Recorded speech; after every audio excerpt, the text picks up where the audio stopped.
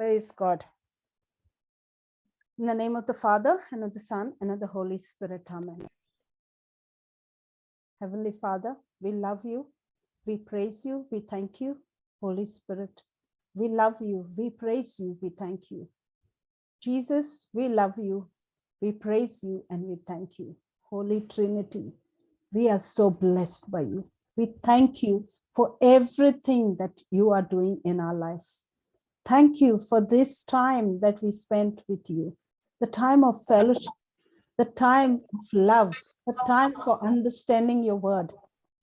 Lord Jesus, thank you for this technology that you have blessed us with, where we can all gather in your name and share as much as love we can share on this panel. Thank you, Jesus. Your word says you are the life, the way, and the truth. Lord, nothing that comes in our life in this world is the truth, but your word is. But you need us to seek you. And you say in your word, we find you only when we seek you. Lord, we have no understanding of how to find you, because sometimes we get carried away by this world. Sometimes we get deceived by the evil one. Lord, help us to focus, to stay strong in your promises, to stay focused on your kingdom, because that's where we belong. You have created us to be righteous, to be perfect, just as you, Father, are perfect. You prove to us how much you love us by sending your only beloved Son, who came and did all this. Who came and gave us everything that he had. And he died. And he shed his blood for us. Lord, there's no other truth than this. Thank you for all these sisters of mine who make this time specially to hear your word. Thank you for creating us as women, because you have definitely put something very special inside of us. Lord, that doesn't belong to us. It belongs to you. But help us to find the treasure within ourselves. Help us to search and research ourselves so we can always give you the best.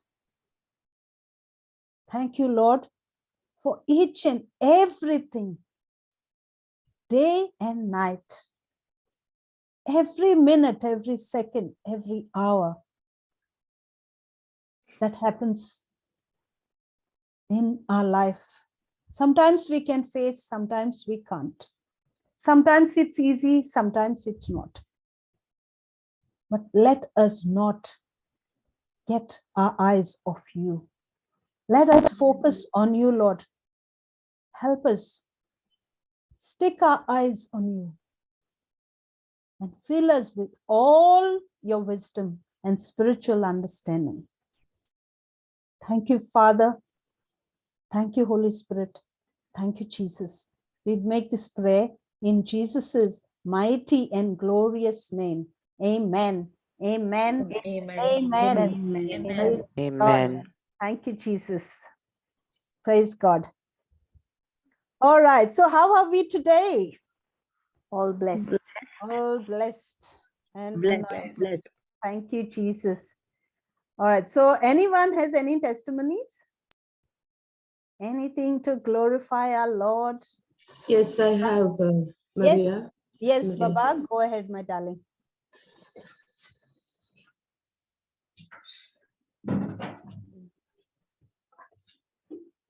Good afternoon. All glory to God. Praise God. Praise God. Can you hear me? Yes. Okay. I have to testify as glory to you, Lord. And 2 weeks back, actually, I'm taking classes here. So my boy, he came for classes on the 1st of February and the 2nd of February.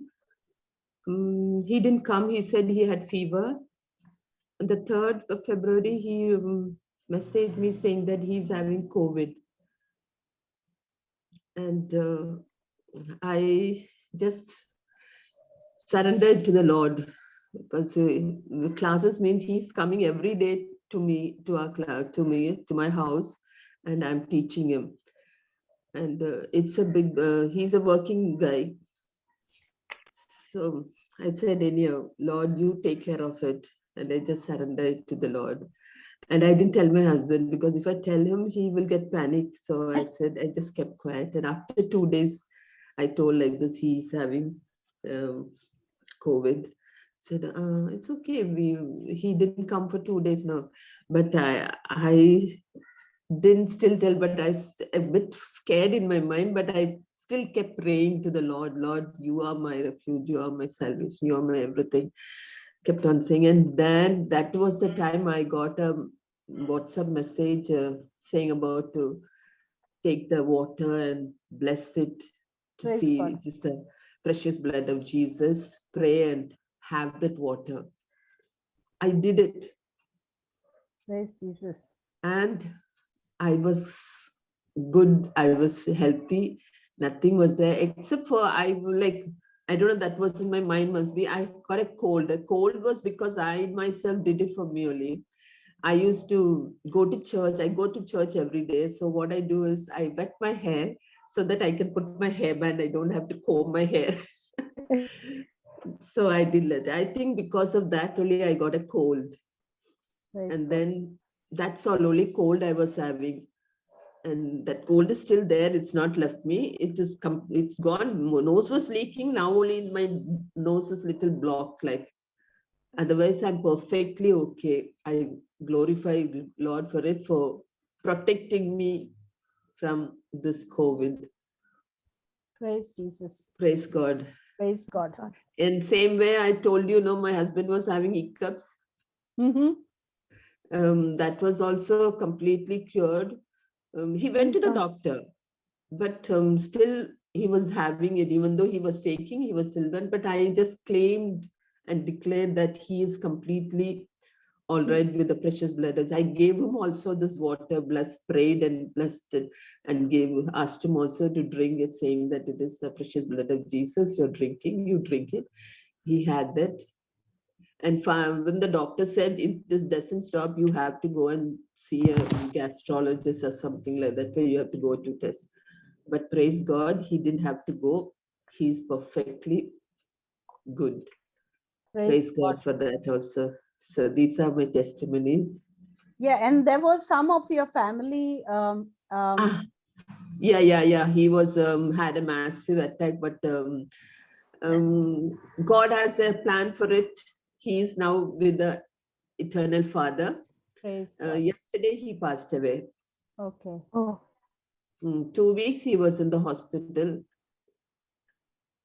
But he heard the word of God, right? You shared the word of God with him. Yes. Yes.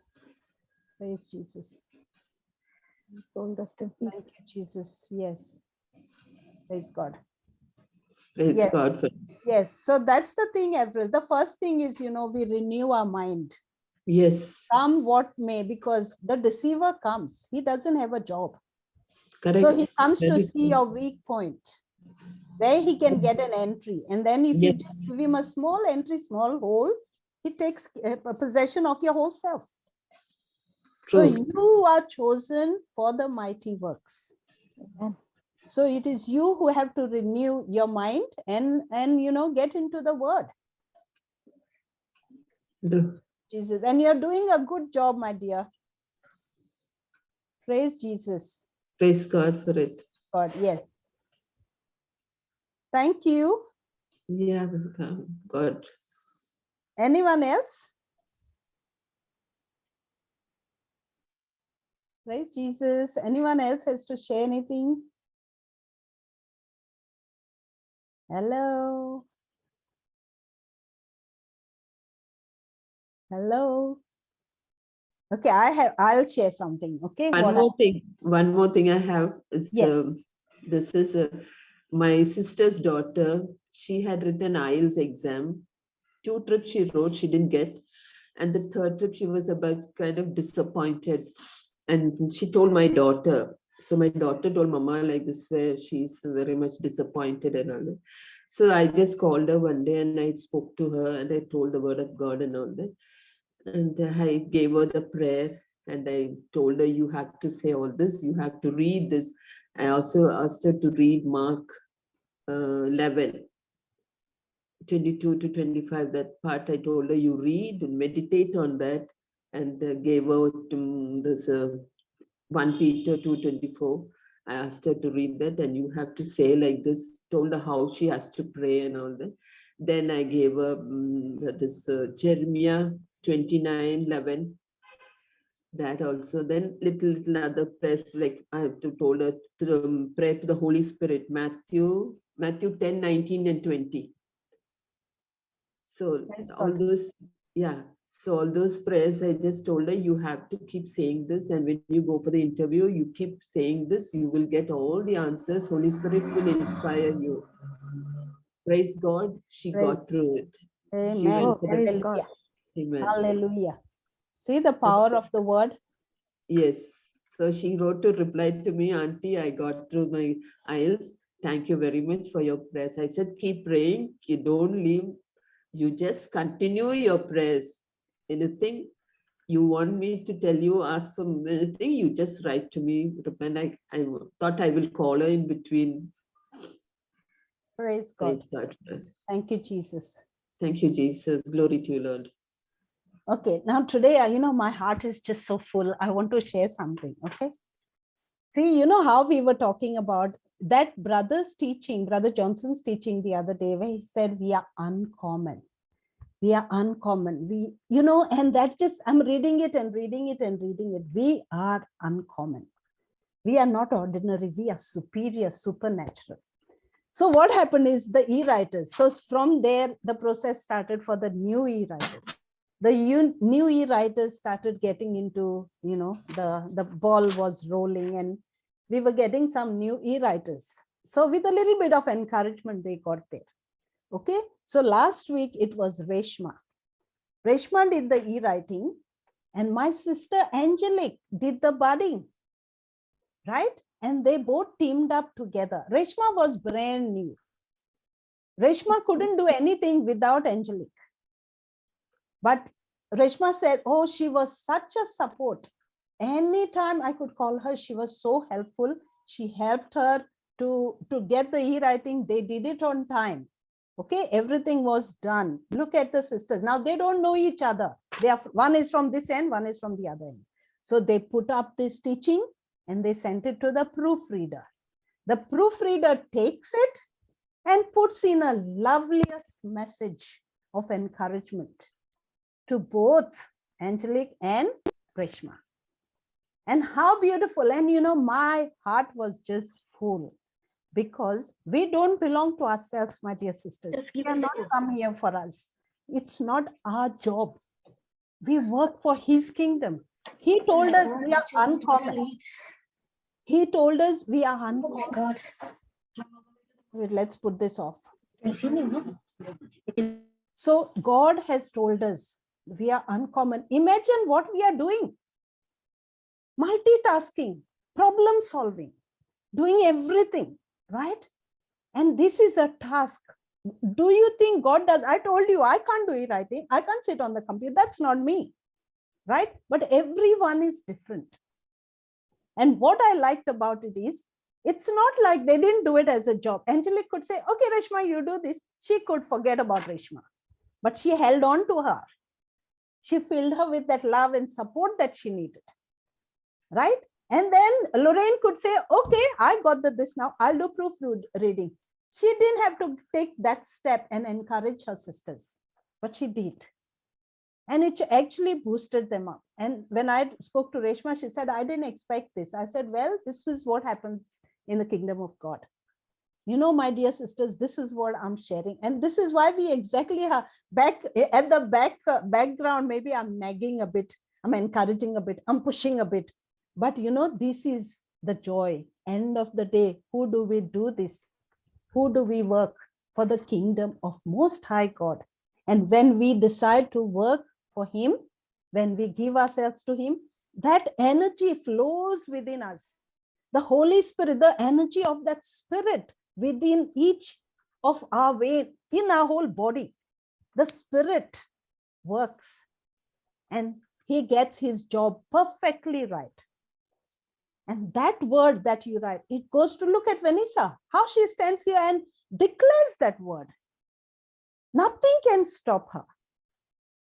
So this is what I'm saying, little bit of encouragement. And we know, I am assured, my God will bring more and more e-writers. Everyone are going to be blessed. Yes. You know, to bless the whole world.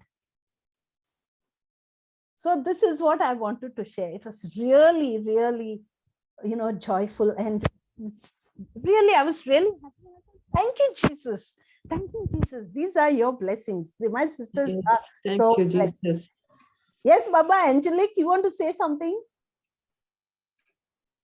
No, No, and I- not only that. So this time I said, Flavia, you know, let's put Flavia on the hot seat. Flavia can do the e-writing. You know what Angelique tells me? I can buddy her too. You know, so she doesn't mind doing that bit because they are new. They need a lot of help. Right?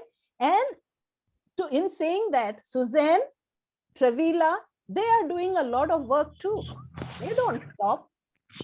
You know, where does this energy come from? Where does this come from? This strength is from God. It's God's work. And it's mighty. It's beautiful. So amazing. And end of the day, it's a blessing. So that's all I wanted to say. All right, Angelique, over to you. Hi, Maria. Praise God. Thank Praise you. God. Thank you for all the encouragement. Maria has been like a mother hen to My everybody. goodness. Nice name, Mother Hen. Quack, quack. And a lot of encouragement. You know, even Jesus. as we are growing and growing in the word, what we are getting in return is growing spiritually in the word. Amen. Yeah. Praise God. We we actually show our Christian spirit by helping each and every one of us. Yes, yes. That's what a Christian is. You know, love thy neighbor as thyself. This is what it is. This is what the commandment says. Love thy neighbor as thyself. So it was not, you know, I was really, really happy to buddy with Reshma, and Reshma is new.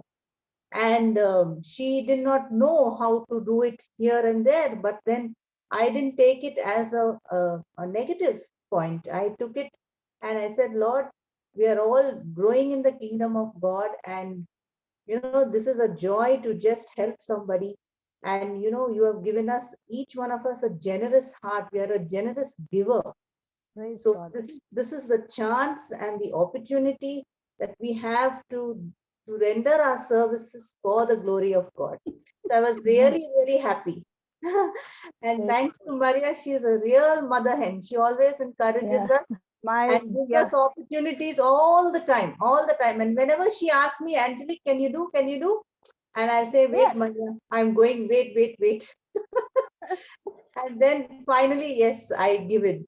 So nothing praise about God. me, my dear. It's Him who's working in each Yeah. one of us. You know? Correct. Okay, and I have to say something else. I haven't forgotten. We have a mighty, mighty eagle here. She takes that Satan like that with her beak and slams him down. And you know, before we finish the meeting, the notes are ready. Sylvia. Eagle's eyes. Yeah.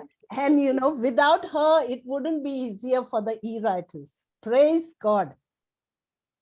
Thank Yes. you, Maria. Praise God, Sylvia. There is no way I can forget this mighty eagle. Oh my goodness. Where would the Satan be? Where would Glory to God. praise Jesus? Praise God. Always keep him in the right place. Yes. Praise Jesus. Praise Jesus.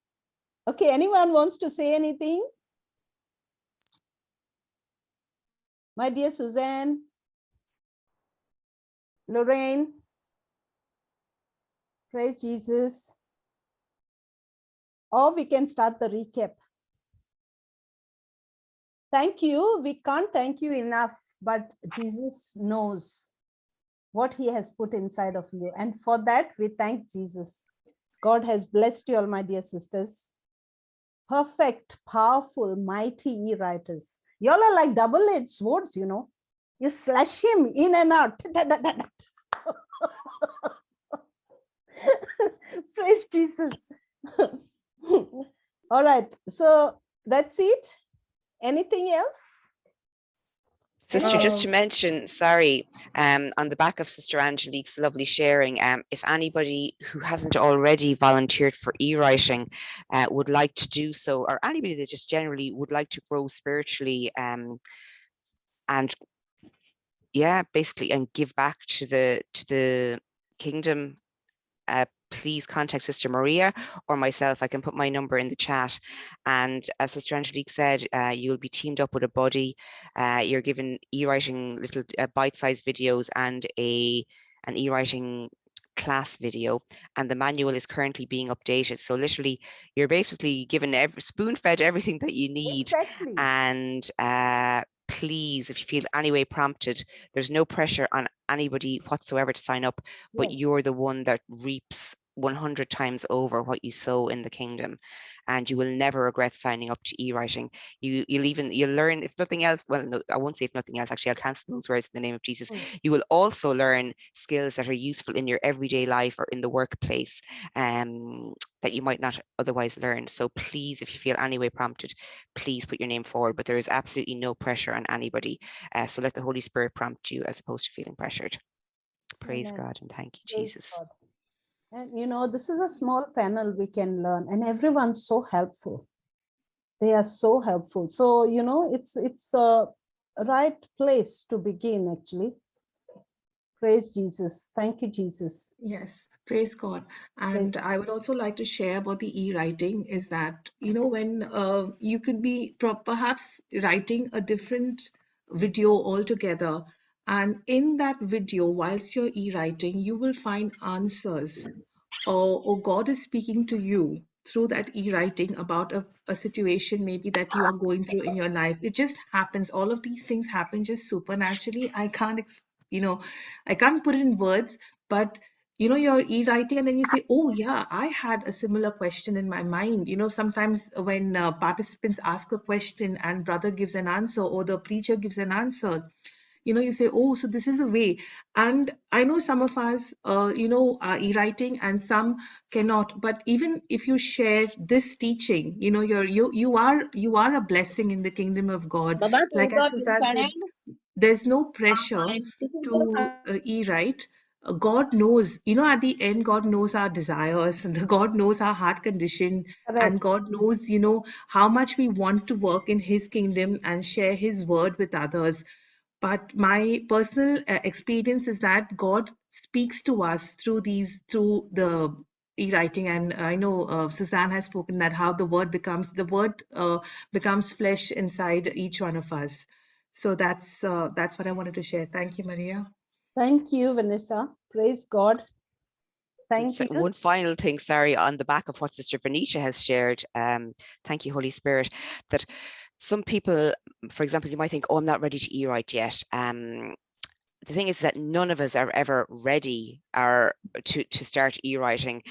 We have to basically step out, just literally step out, and the Lord meets you halfway. Amen. When I signed up to e-writing, I remember hearing the request on Melbourne Breakfast, and it took me about 2 weeks to finally, it was the gentle nudging of the Holy Spirit. At the time, I could not commit to a haircut, and that is no joke.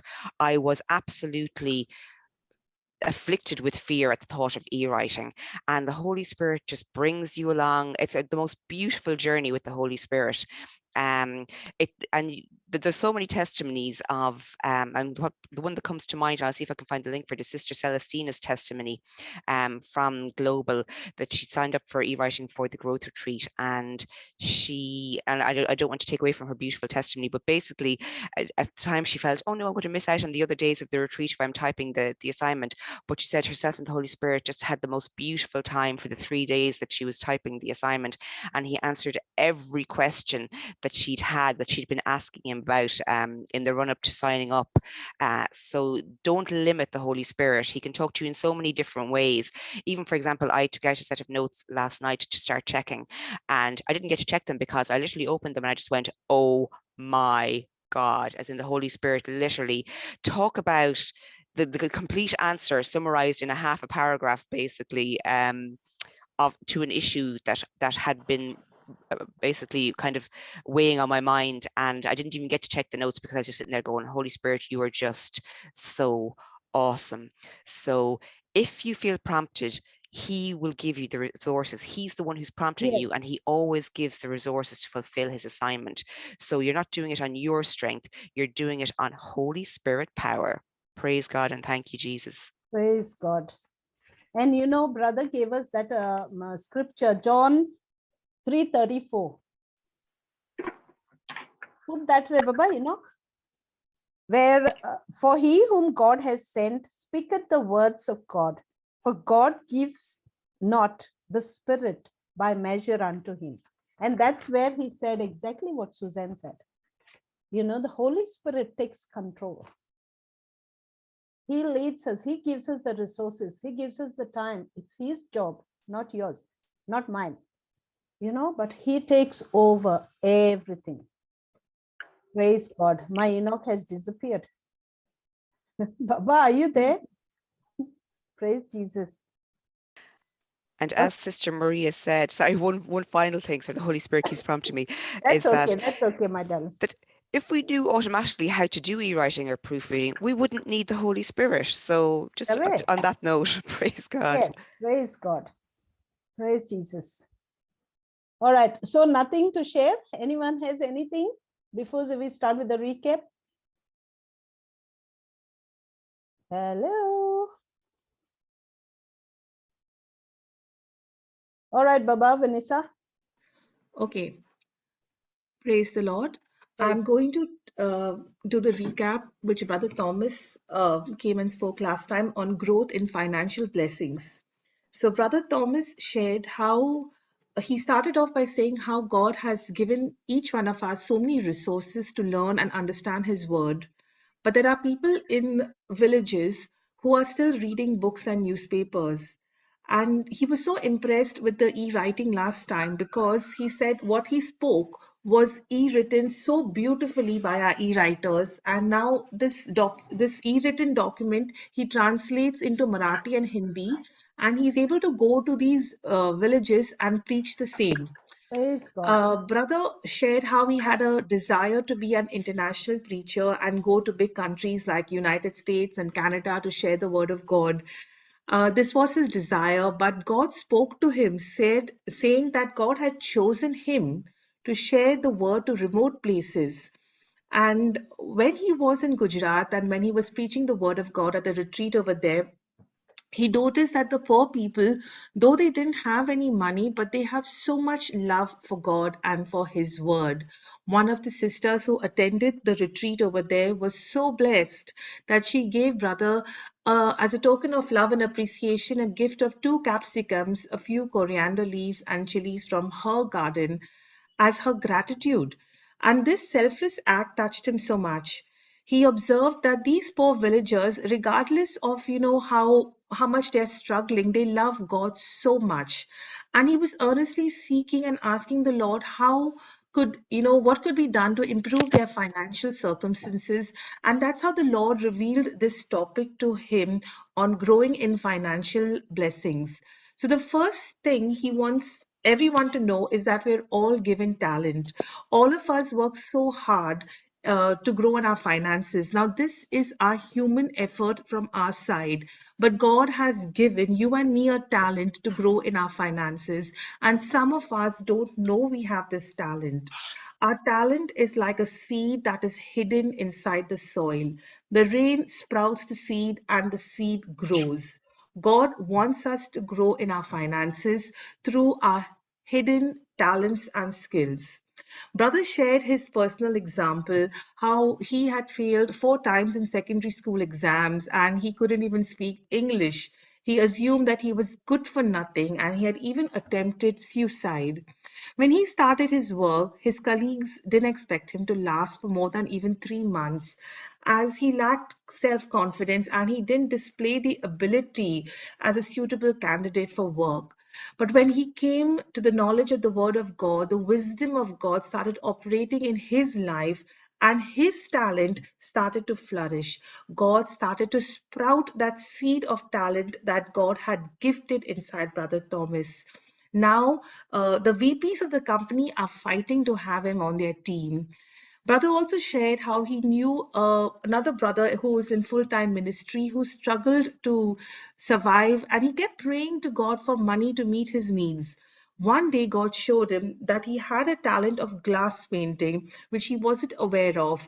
When this brother started working on his hidden talent God had put inside of him, he began to earn a lot of money.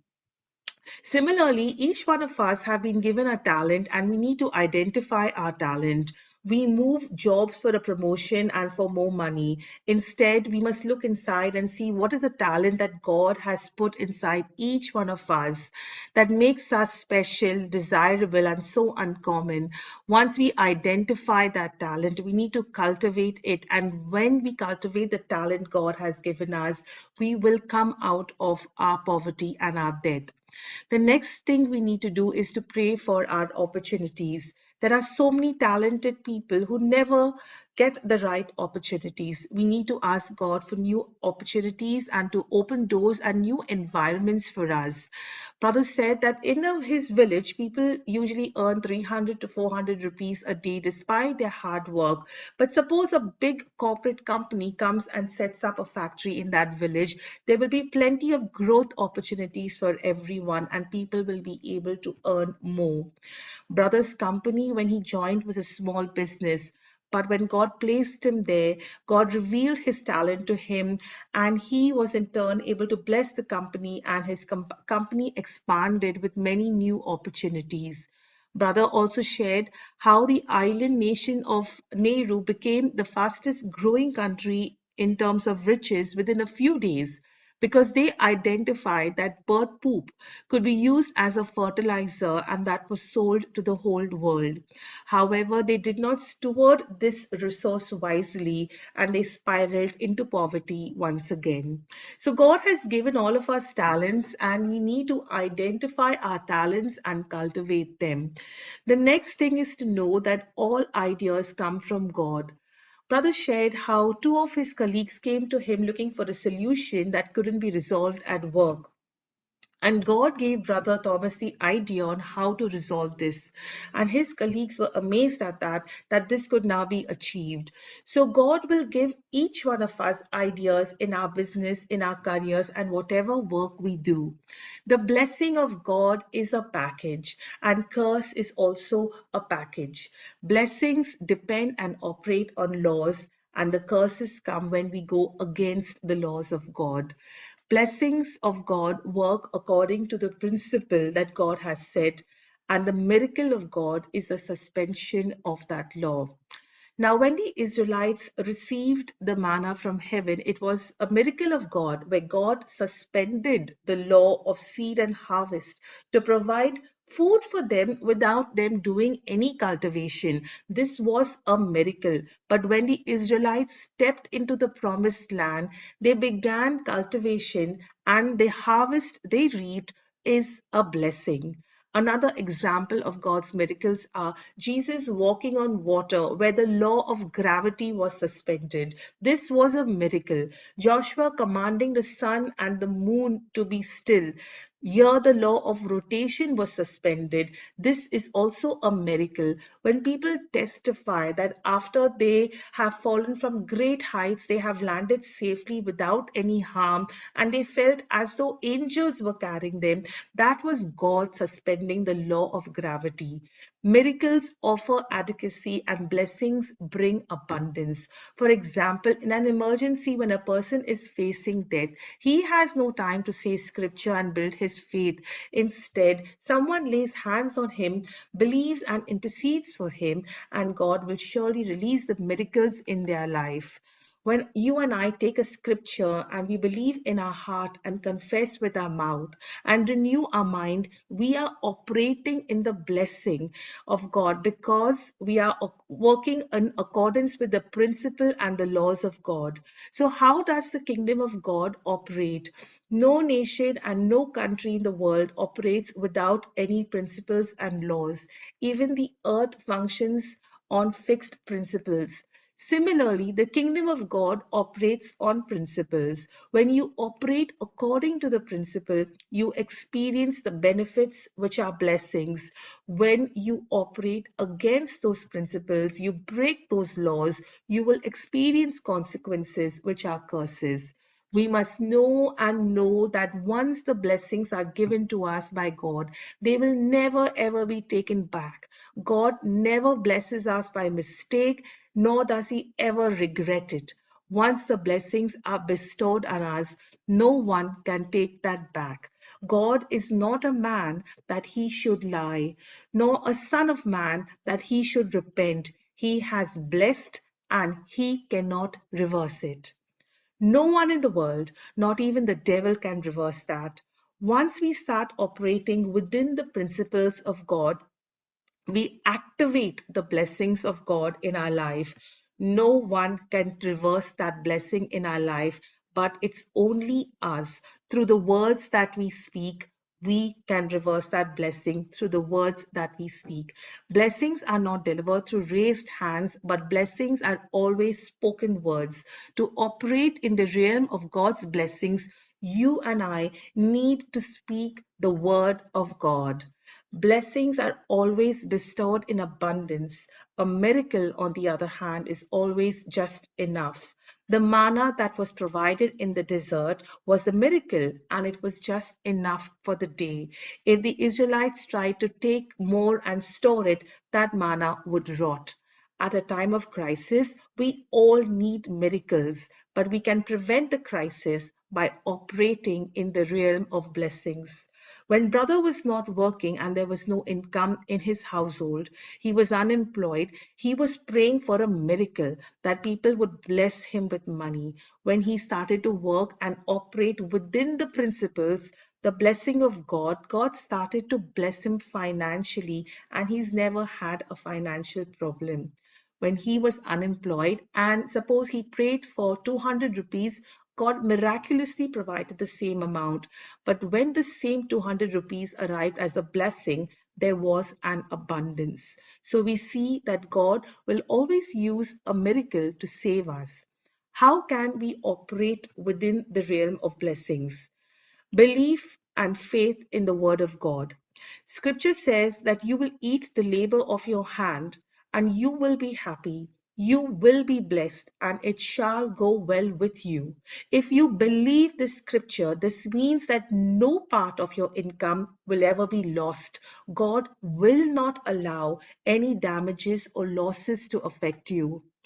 When brother returned from the Goa retreat, he met a non-believer who asked him that who was he earning the money for? And because he was a Christian, he didn't respond. But in his heart, he thought that maybe he's earning money for the kingdom of God, his family, according to God's will.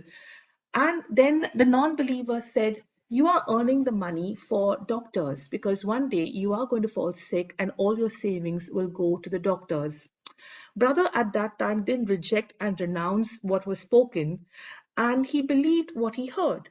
Within 2 to 3 weeks, his mother fell ill and was admitted to the ICU. And all of brother's savings that year went to the doctor. So belief and faith in God's word is very, very important. A few days ago, brother's mother lost her ring and she was very upset about it.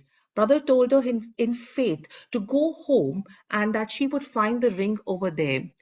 He used two scriptures with faith. He said, God has put a fence around you, your family, and everything that belongs to you. And when his mother returned home, she found the ring on the table. So God blesses our water and our food.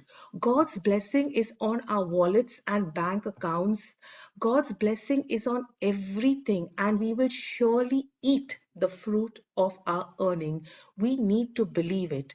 It is God who gives us the power to get wealth. We need to believe it. We are not blessed for self gratification, that is, to buy jewelry and houses and increase our personal wealth. God blessed Abraham and said, I will bless you and you will be a blessing to others.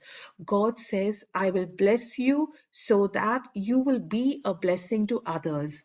God's plan for us is that we will be a blessing to others. The blessing of the Lord makes us rich, and He adds no tension, no sorrows, no burden, no sleepless nights with the blessing.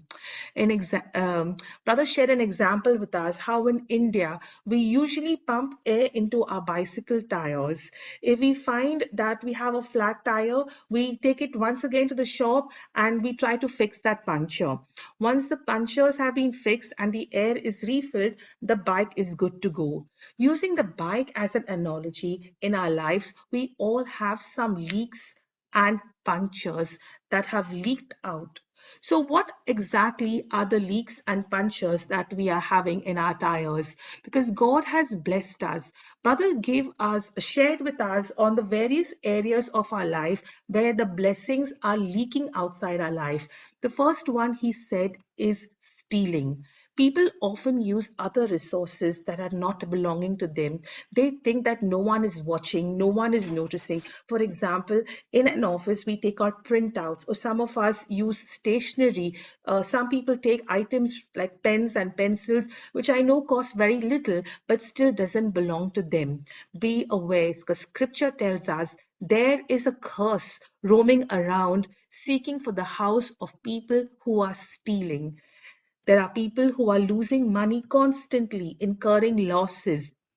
They wonder often that they just fixed the problem and now again another problem has happened and they don't know why.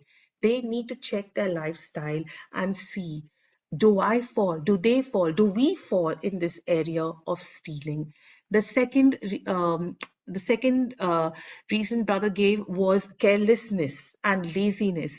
Carelessness and laziness contradict the law of blessing in our life. Such kind of person who keeps putting things off until the very last day will eventually be handling incomplete tasks, and others will notice it, and such habits will lead to poverty. Do you and I fall in this area of carelessness and laziness, putting things off until the last area?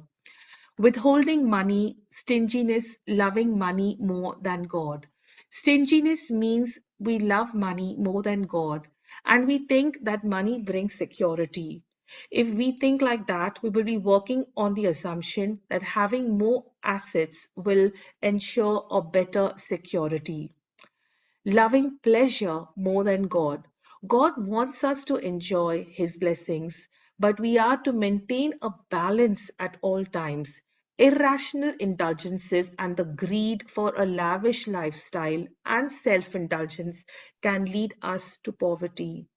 Brother shared how he has a colleague in his office who earns the same amount of money as him.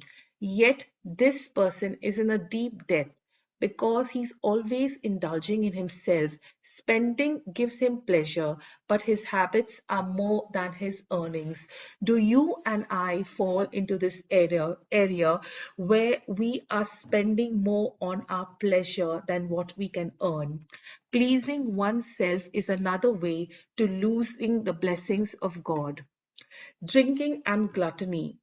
Brother shared how he knows of a family that sold their house and spent all that money on traveling and purchases. They wasted the money and now they are in need to pay their bills. A poor person is likely to spend and show off their possessions, while a rich person will always reinvest. A drunkard and a glutton will both be reduced to poverty. Do we fall in this area? Following vain people. Brother shared how he wasted his time with his friends, not studying but enjoying life, and he failed academically following the wrong company. Now he keeps company with only spiritually minded people who are wise and live sensibly. The company we keep determines our future. The scripture warns us to keep away from vanity and idleness. Are we aware of this? Monetary greed. Monetary greed eventually leads us to poverty as it is contradictory to God's principle of blessing. Dishonest wealth will diminish and disappear. Scripture is very clear. The wealth gotten by vanity shall be diminished. God loves honesty and blesses us. In Brother's previous job, many of his colleagues were making a lot of money illegally. They all looked at him in disbelief when he refused to participate. What happened was that overnight, most of them got terminated. When Brother introspects his own personal life and his personal journey with the Lord, he sees that God has taken him to such great heights because of his honesty and because he operated within the principles of God. Am I aware that ill-gotten wealth will surely diminish and gradually disappear? Dishonoring parents. God wants us to honor our parents, regardless of who they are, what they did, and how we feel about it. This is a commandment which promises, "It may be well with you, and thou may live long on earth," following this commandment. This commandment leads us to tremendous blessing, and the disobedience of this commandment leads to curses. Noah cursed his youngest son who exposed his weakness and nakedness, and blessed the sons who covered his nakedness.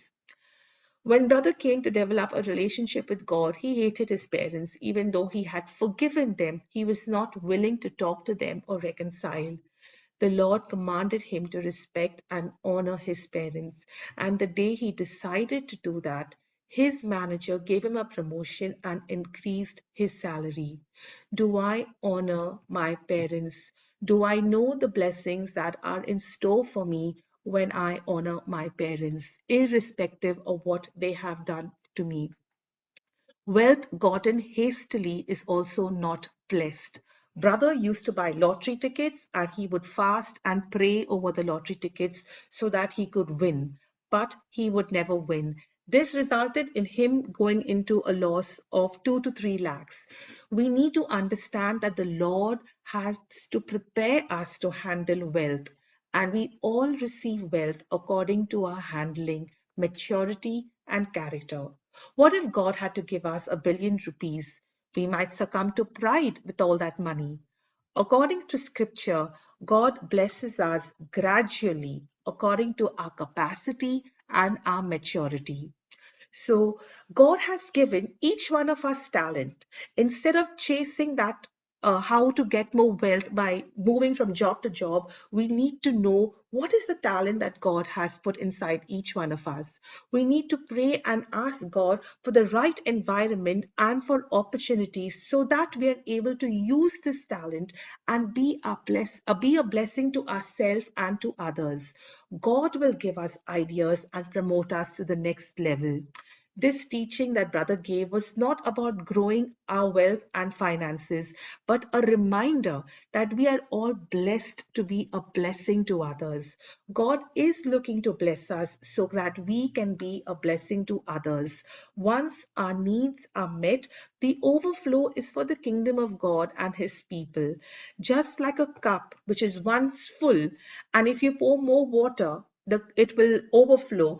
Same way, blessings too will overtake us in our life. If our motive is to earn money, wealth, and resources and use that for the kingdom of God and the people in need, God will definitely open the doors of heaven and bless us abundantly.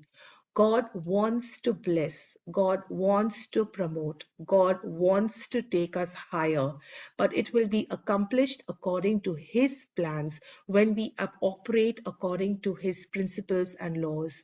He will open the doors of opportunity. He will give us ideas and He will take us to newer heights that we never dreamt of.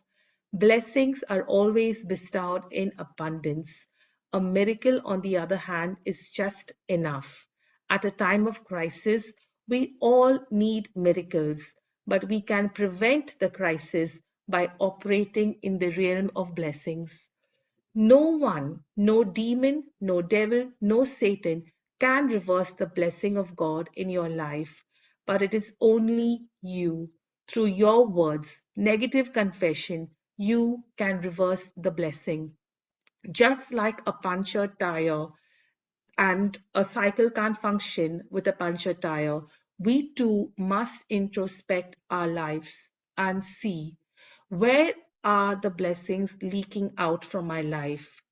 Do I love God above everything else and keep His word? The favor and anointing of God is upon all aspects of our life. Amen. Thank you, Jesus. Amen. Thank you, Jesus. Okay, Baba, can you put Proverbs 31:26 for me? I have a small message for Vanessa. Vanessa, that's for you, okay? Okay, sister. Vanessa opens her mouth with wisdom, and in Vanessa's tongue is the law of kindness. Such beautiful recap every time. You take that teaching and take it to another level. Praise God, my dear sister. You are so blessed to be a blessing. Thank you Praise so God. much. Maria, I have to say that this is a team effort. First and foremost, it's the Yes. Holy Spirit, because Amen. I always ask him, help me, help me. Sometimes I have to say, when brother spoke about laziness and doing this at the last minute, I don't put it off sometimes because I'm lazy, but sometimes I'm doing so many other things and I Yes. have to, it's only the Holy Spirit. I literally cling to him. And I say, Amen. help me. I speak to him like that. Help me do this. And the e-writers, the proofreaders, the whole team, Sister Praise God. Sylvia, this whole thing comes to me. And then I say, come on, Holy Spirit, you and me are doing this together. So I put myself right at the bottom of this, sister. Yes. And God. and it's about it because he wants you to do it. And those trials come just to take you to another level, just to test your patience, Yes. and he is there with us all the time because it is his work that we do, not ours. Praise God. God. Praise Thank God. you, Vanessa. Thank you, my darling. God has Praise blessed. God. All right, brother, over to you. Baba, take the screen, Enoch. Praise the Lord. Praise the Lord. Brother, Hari today Yes, Moira is going to read the scriptures, okay? Yeah, sure. Enoch will read. He'll share the screen. You want to share the screen? No, he can. Okay, he'll share the screen and then one of our sisters will read the scriptures. Yeah, sure. We'll give your throat a bit of rest. I was on a global healing session now. Praise God. I was there till 1:30 and then took a break and then I joined here. Oh, So okay. fantastic recap. Far chan tumi bolla, sister. Okay, listen, that's echo is like, it's bum, bum, bum. Or is it my voice? I mean, No, it's something, isn't it, sisters? Yes, sister. what It's is some kind of, a woo voice. A whoosh I sound. think Yeah. his mic is close to his mouth, so that breath it is. Yeah, is it better now? I mean, Yes. I'm keeping it Yes, much better. down. Okay. Praise God. Very nice recap. Praise God. So, आता काही गरजच नाही मग, since we had such a nice session. Praise God. Praise God. So let's begin our second part of operating in the blessings of God. Let's make a small prayer. Father, I thank you and I praise you, Lord, for it is your word that teaches us how we can operate in your kingdom principle. Thank you that it is your will for your children, O Lord, to prosper and to be in health. Thank you, Lord, that you are teaching us the secret of your kingdom and helping us to walk according to your word. Thank you, Lord, that whoever is going through financial crisis and problems, we are believing, Lord, that you are bringing breakthroughs in their life. We thank you and we praise you for you are making this teaching very simple to understand. And thank you that you are giving us the grace to walk according to your word. We make this prayer in Jesus' name. Amen. Amen. Amen. Before I could come to the second part, I just wanted to share a few promises and then we will start the second part. So we'll take Deuteronomy chapter 8, verse 18. Moira, you're there, Baba, right? Yes, Maria, I'm here. Okay, all right. Deuteronomy chapter 8, verse 18. Enoch. Thank you.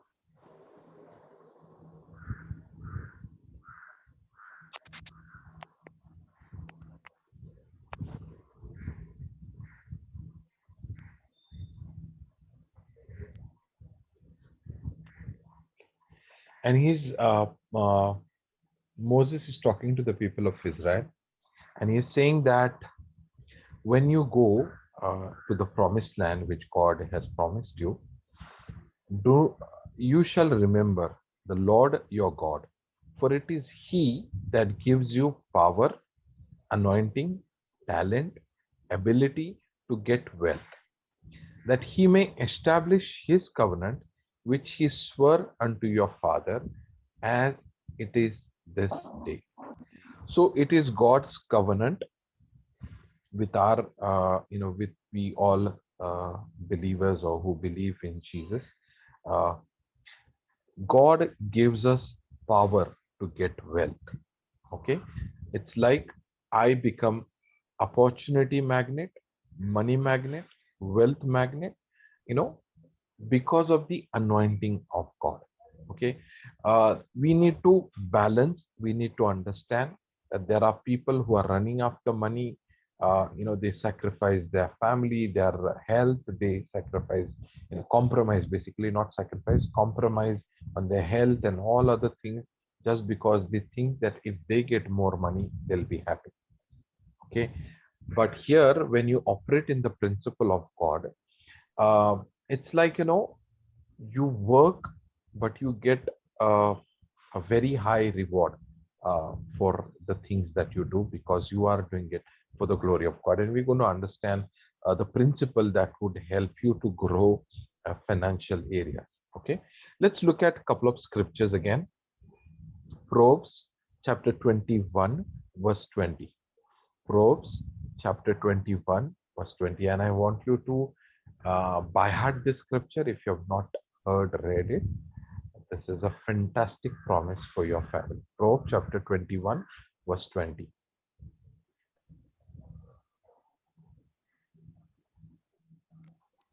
Shall I read, brother? Yeah, Moira. Yeah. There is treasure to be desired and oil in the dwelling of the wise, but a foolish man spendeth it up. Okay. Praise God. There is a treasure to be desired and oil in the dwelling of the wise. Praise the Lord. Do we have TFT in this? TPT, sorry, TPT, the third TPT. last one. Can you please put that? I'll just read what does that scripture say. TPT, Proverbs 21, verse 20. Just click on that. In the wisdom's house, you will find delightful treasure and the oil of the foolish spirit. But the stupid squanderer what they have been given. Okay. Go back to KJV. So basically, in the house of a righteous, you will find the most desired thing. Most desired thing. We have two income sources in our house. I am the only one. I'm the only earning person in a house. But we have another income source in a house, and that is contentment. Praise God. Yeah, all of us. So in our family, we are content with what we have. I have seen Brother Johnson. He flies to America, he flies to Europe, he flies and sometimes he tells the food is very expensive on airport. So he eats vada pav. So Yes, correct. he's Oh my flying to Europe, he's flying to all those foreign countries for us Indian, but he still eat vada pav. You know, he is very, very cheerful giver when it comes to kingdom of God, helping others. But when it comes to him, he is very conjuice. He- you know, he eats vada pav. He tries to save money as much as he can, so that he can spend for the kingdom of God, for Praise people's God. betterment, to help people. So what I'm trying to say is, you know, there are people who are never satisfied. I remember once I was in the bus, and you know, there was like three or four vehicles that I saw in one line. The one who is sitting in the bus, looking at the person who is in the bike and thinking, oh, I wish that I had a bike. The person who is in the bike looking at the person with the car and is saying, oh, I wish I had a car. The person who is sitting in the car looking at the luxurious or the most expensive car and is saying, I wish I had the car. And the person who is driving that most luxurious car is looking at the people walking around and says, oh, I wish, because of the traffic, I wish I was walking on the road. I mean, walking while I was going. So this is like an unending thing, you know. You keep desiring for it, you keep desiring for it, and that's what we need to have, a contentment in our life.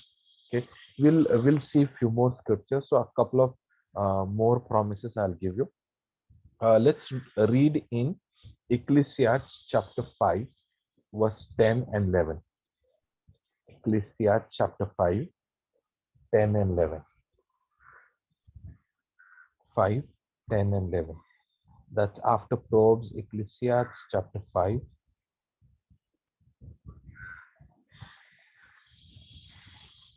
Enoch, Here, Ecclesiastes. Ecclesiastes After Proverbs, Baba. Yeah. 5:10.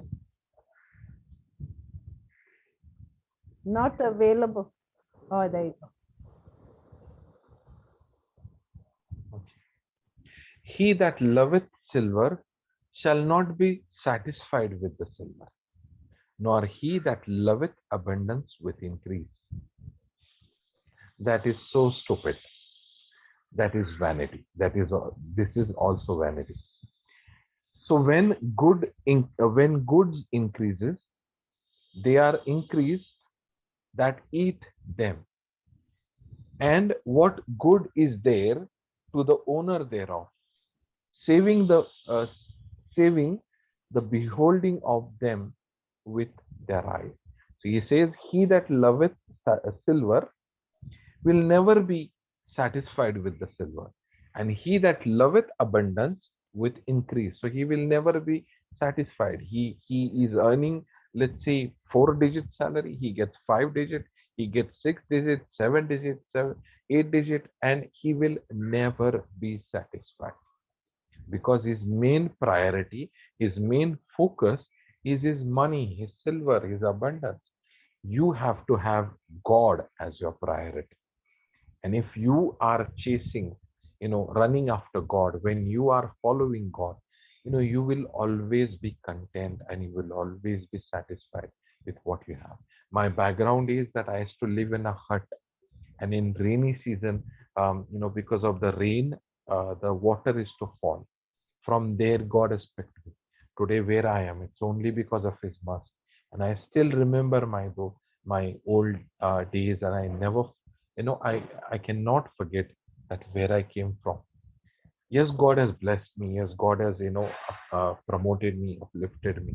But I need to, that contentment is really we need in our life. And then it says, when goods increases, there increases that eateth them. So you used to earn 10,000 and used to, 10,000 used to spend. Now you are earning 50,000, you're spending 50,000. Then you are earning 100,000 or 1 lakh rupees, and yet you are spending 1 lakh rupees, and still there is not enough. And he's saying it is vanity, it is stupid. I can't understand that in 10,000 you were very happily, surviving. Now you are earning 50,000 and yet the thing. So you need to understand. Okay, I'm not talking about financial planning and how you need to budget and everything and how you need to do that. But in the scriptural principle, according to the word of God, I'm just sharing few things that you need to realize and you need to understand. Because you know what I've seen, a goods costing, let's say 100 rupees as a cost of making that particular product is sold for 5,000, 6,000, 10,000 here in India. The cost of making that shirt or that jeans or that t-shirt is just 100 rupees, the cost of making that. But it is sold at 5,000, 10,000. You know, when it is sold at 5,000, 10,000, who is buying that 100 rupees? I mean, the one where they spend 100 rupees to prepare it or to make it, they are buying it for 5,000, 10,000 when you tag it as branded. Brand, yes. Yeah, so the branded clothes may not be, I'm not saying that, you know, they may have a very, very less cost of production, but because of the branding, it's sold at a very high price. And what we are doing, you know, we think that my value and my worth is increased when I'm buying those branded. I'm sure, and I agree with that. You know, branded clothes are very good in quality. If you buy one, here you can buy 10, I mean, 4 or 5. If you buy one, it will last you for a very long time. I do agree with that.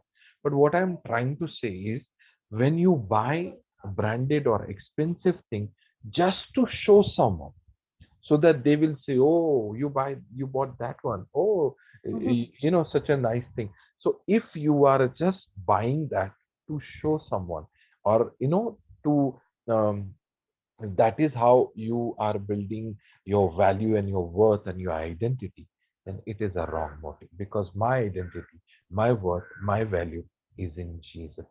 Who I am a child of God, and that is why I'm precious. That is why I'm honored.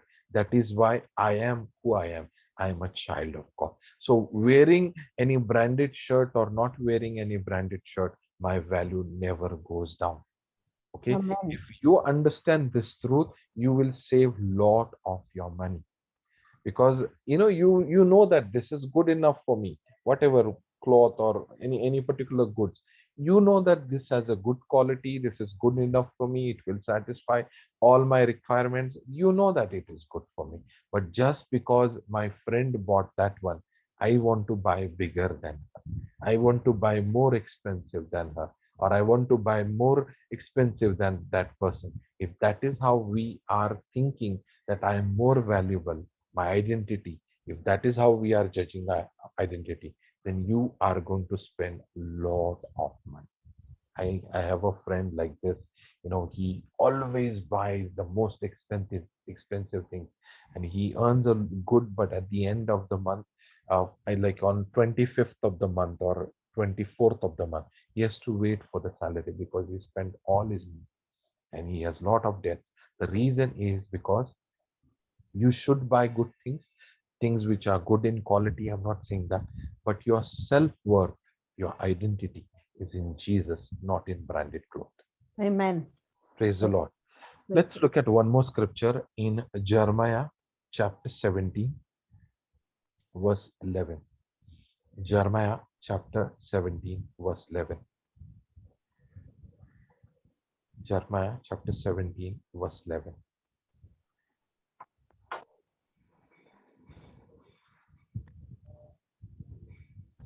As the partridge sitteth on the eggs, and hatcheth them not, so he that getteth riches, and not by right, shall leave them in the midst of his days, and at his end shall be a fool. You know, I was researching on this bird called partridge. Okay, and I was reading about an article about that bird. This bird goes and steals some other bird's egg. Okay, and what she does is she loves those what do you call that, chicks, right? Chicks. She loves them so much, but when after some days or few weeks they don't recognize her, Says, who you are, we don't recognize. And then they leave her and then they go. But the way she takes care of them, the way she loves them, the way she loves them, it's amazing, because she has stolen the egg from someone else, which was not hers. Though she gave birth, and then those chicks are coming out, but yet at the end they leave her and she's left with nothing. And that's how that bird still exists somewhere. Okay. And that's how God is saying that the person who always runs after riches, his main priority focus in life is only riches. I want to be rich so that I will be happy. I want to be rich so that everybody recognize me. I want to be rich so that everybody salutes me, values me. That's how, if your goal is, then what will happen at the end? You shall be like a fool. You shall be like a fool, because you're earning a lot of money, you're earning a lot of wealth, but at the end you will feel that that is not there with you. And that's what we need to understand, that God is warning us here. And if you see verse 14 in the same chapter, he's talking about blessed are those who trust in the Lord. Can we go to that same chapter, verse 14? Just below that. 14, Baba, 14. I think it is that heal me, O Lord, and I shall be healed. Mhm. Uh, Heal me I is think one. it's 14. That okay. So that one I'll cover little later. That you need to depend on God for everything. Okay, you need to depend on God for your provisions, for your everything. I think 14 or Isaiah. It was Isaiah. I'll tell you that scripture. Okay. So one more scripture we'll see. Psalms 37 verse 21. 37, Psalms 37 verse 21.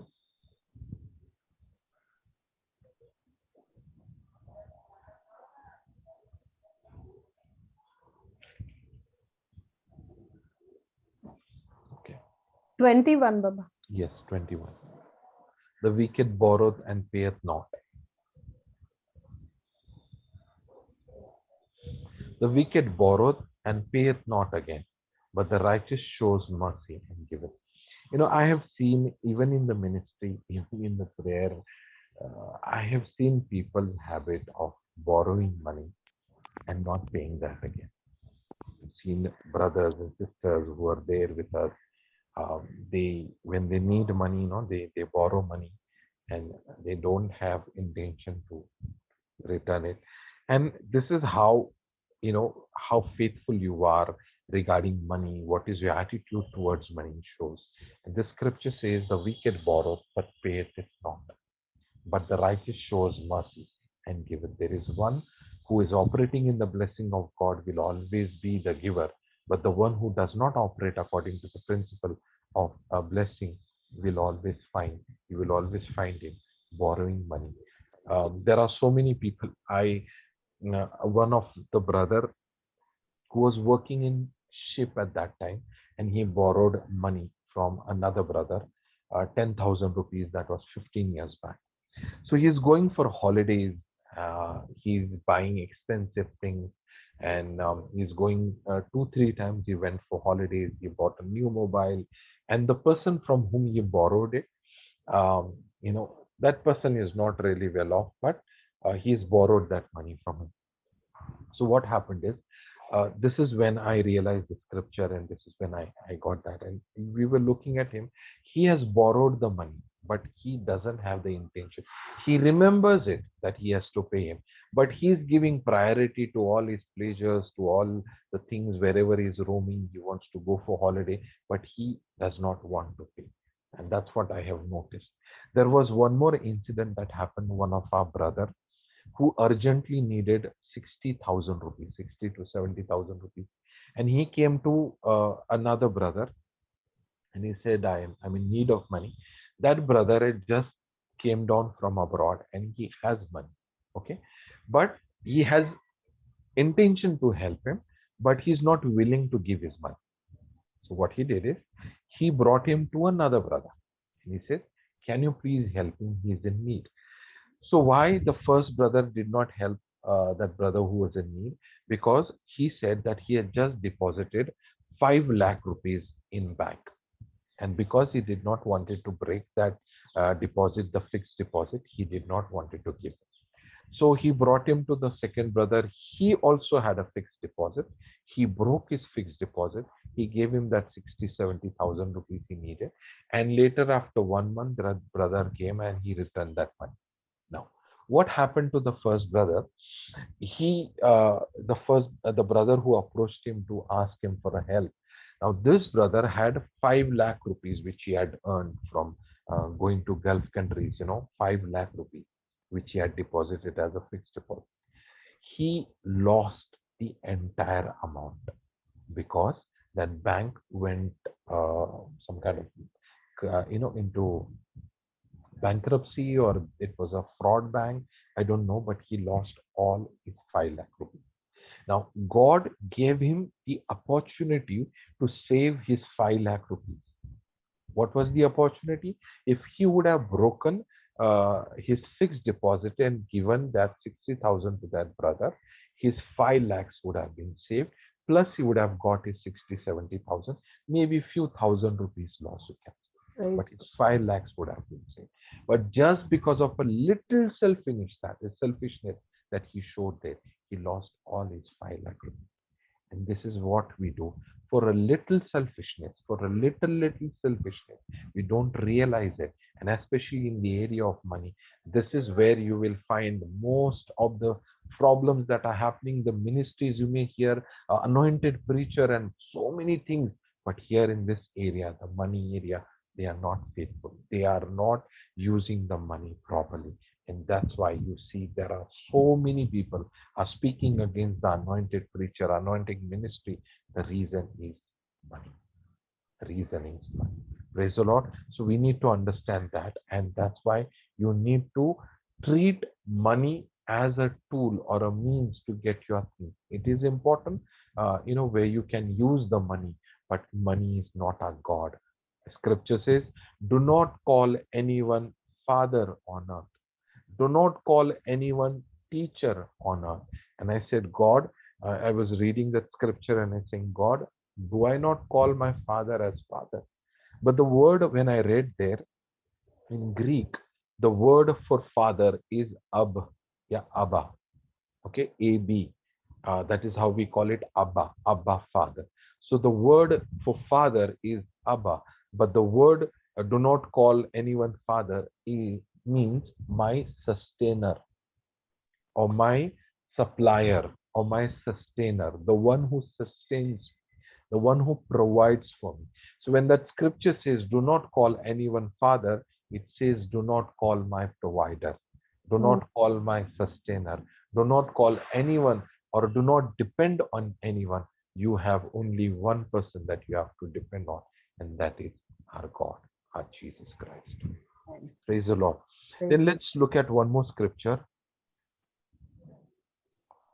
1 Timothy chapter 6, 5 to 10. 1 Timothy chapter 6, 5 to 10 verse. 1 Timothy chapter 6, 5 to 10. I'm seeing it again. 1 Timothy chapter 6, 1 Timothy chapter 6, 5 to 10.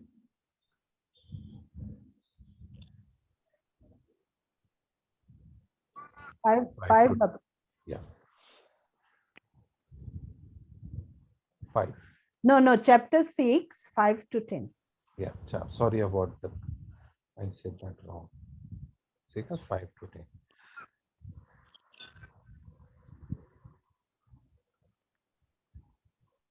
Go, Moira. Okay. Perverse disputings of men, of corrupt minds, and destitute of the truth, supposing that gain is godliness. From such withdraw thyself. But godliness with contentment is great gain.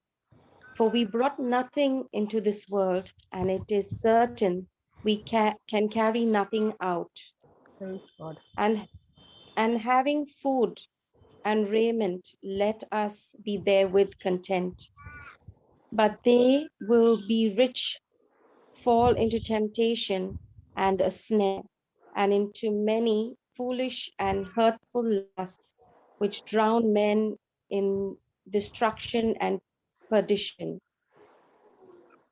For the love of money is the root of all evil, which while some coveted after, they have erred from the faith and pierced themselves through with many sorrows. Praise God. So Praise that is what happens, when you are comparing yourself among yourself. Or she's wearing diamonds, so I need a diamond. Or she has this car, or he has that car. Or she has this bungalow, she has that house. I too want that house, I too want that. You need to know that it is your Father, it is your God who is planning things for you. And He wants to give you the best so that your youth is renewed like an eagle. Praise the Lord. And that's what we need to understand, that contentment, godliness with contentment is great gain. We need to understand that the love of money is the root of all evil. That's why you find, family issues and so many things. The root cause of that problem is love of money. And this is what we need to understand. Money is very powerful, but money is very dangerous also. Okay, so make sure as you are growing and prospering, your focus should be on God and on His kingdom. But if your focus shift from God to your blessing, because I'll tell you, this has happened with me. Not in the case of money, but what has happened, I was very, very stupid. I was completely failure in my education background and in my studies. But when I came in the Lord and I started operating in the wisdom of God, and I'll tell you, God took me to such a great height I could never dream, I could never imagine. And everybody, almost every week, my name would come on the wall of fame in our company. The boy did this person did this, and he achieved this and he achieved that, and this was the problem in our company, and he solved that problem, and my name started coming, and they were giving me, he has this ability to solve the problems, and he has this ability and he has this ability, and he's very passionate. And slowly and gradually I started to feel like I was the one doing that, or maybe it is my effort, it is my hard work, or it is what I do. But I started to change my focus from what God was giving me. It was the wisdom of God. That focus changed on myself, and that is when I saw a big blunder that happened to me, and I realized, oh, I was drifting towards pride, I was drifting towards self glorification.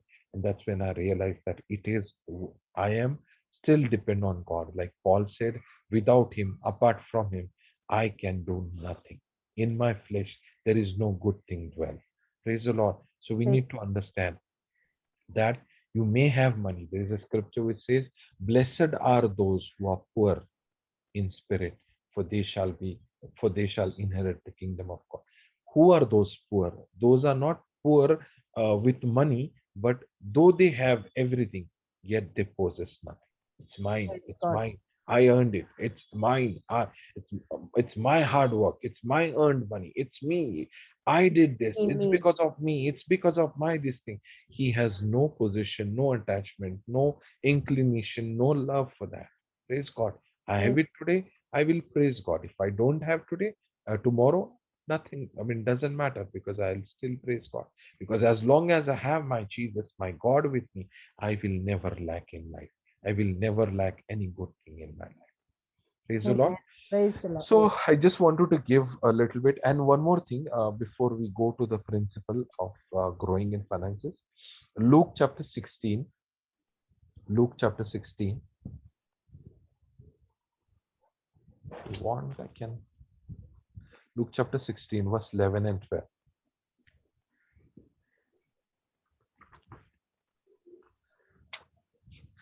How do you handle your money? Two qualities you need. Okay, this is what we're going to read. Two qualities for money. One, 11, Baba. yeah. 11 and 12, yes. Yes. And if therefore you have not been faithful in the unrighteous mammon, who will commit your trust, the true riches? In God's kingdom, money is the least thing. In God's kingdom, money is the least thing. And God is saying, if you are not faithful in the least, who will give you the true riches of heaven? And then 12, if you have not been faithful in that which is another man, who shall give you that which is yours? Praise the Oh. Lord. Okay. So two things in the area of money you need. One is faithfulness, and second is wisdom. In verse 8, I think, is talking about the people of this world are operating. Can we read 8 also in the same chapter?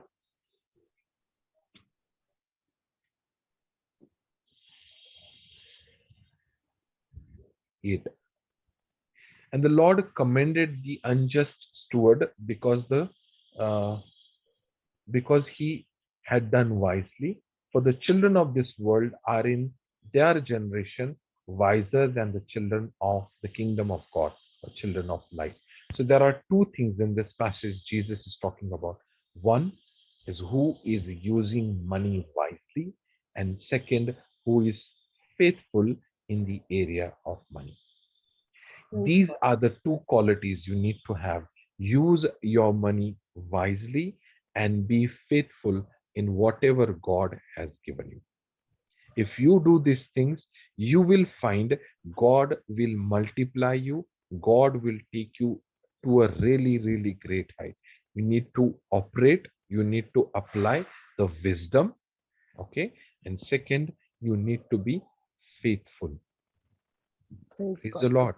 And this will give you the abundant, God would, because if you operate in wisdom and if you operate in faithfulness, you will see that God can trust you for bigger and bigger and bigger and bigger blessings. Today you are earning a little, and in that also you sometimes feel like stealing, you sometimes feel like keeping back what you're supposed to give to the kingdom of God. And then if you're not faithful in that small blessing, how would God trust you for the bigger things that you want to give? And that's why pray for these things.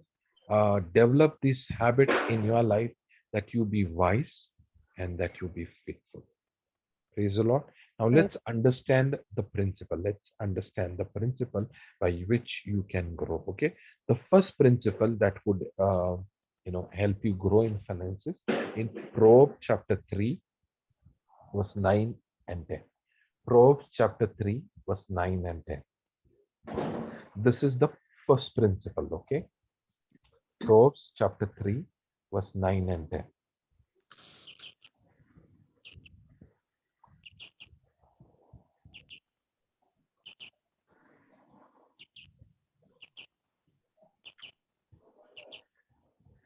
Okay. So 9, Baba, 9. Yeah, there.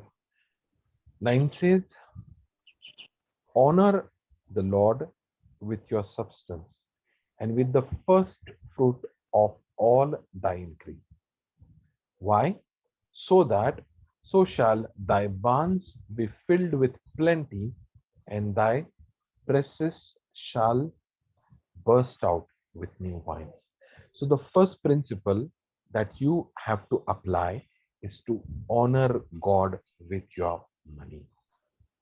Honor God with your money, because many a times I see people when they go to any restaurant, they give 10% or very good Tip. to the waiter. But when it comes to offering, putting the offering in the church, their amount is even lesser than that waiter, because he insults. No, he says, oh, "Sir, you forgot your change," and he tells you to take it if you give a lesser amount. So just for your name's sake, you have to give him a good tip. But when it comes to church giving, especially in India, I have seen people a note that is torn or which is not working in the market. they put those money. Is this called honoring God? I'll tell you, if you use your resources, if you use your money for the kingdom of God, for the glory of God, yes, you have to use it for your family. Yes, you can invest. Yes, you can save. Yes, you can, spend on the things that you like. But are you honoring God with your money? You know, we say we love you, God. We love you, God. But when it comes to the kingdom of God, um, uh, one of my uncle, he also my relative uncle who preaches. He says when you have to buy things or buy goods, I'm sorry, when you have to buy dresses, you buy very expensive, but especially the people that he deals with. But when they need a Bible, they'll say, can you please buy it for me? Or can you please ask someone to give me? They'll not buy Bible with me. They're not spending money for Bible. But when it comes to buying dresses for them, saris for them, they buy the most expensive one.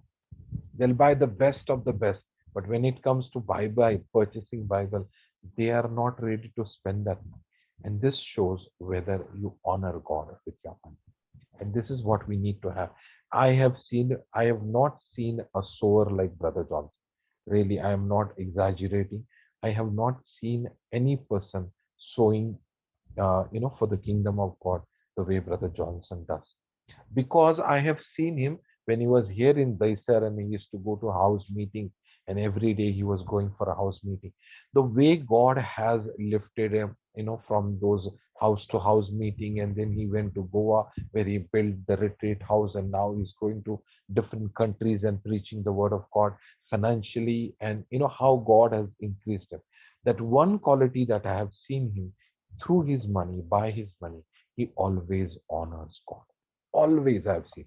I'm not exaggerating him, but I am telling you the truth that I've seen in his life, that through his money, through his life, he always honor God. Always. And that's what we need to do. The moment you decide to honor God, it's like, I'm not saying, you need to understand one thing. God has given you seed to sow and bread to eat. you know you God has given you seed to sow and bread to eat. You cannot sow bread and expect harvest, but when you sow seed, okay, you can expect harvest.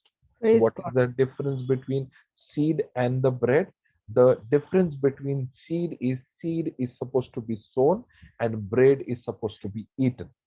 Okay, but if you start sowing the bread, you will not see the harvest. And that's what you need to understand. You need to have wisdom of God to apply where and how and whom we should sow the seed.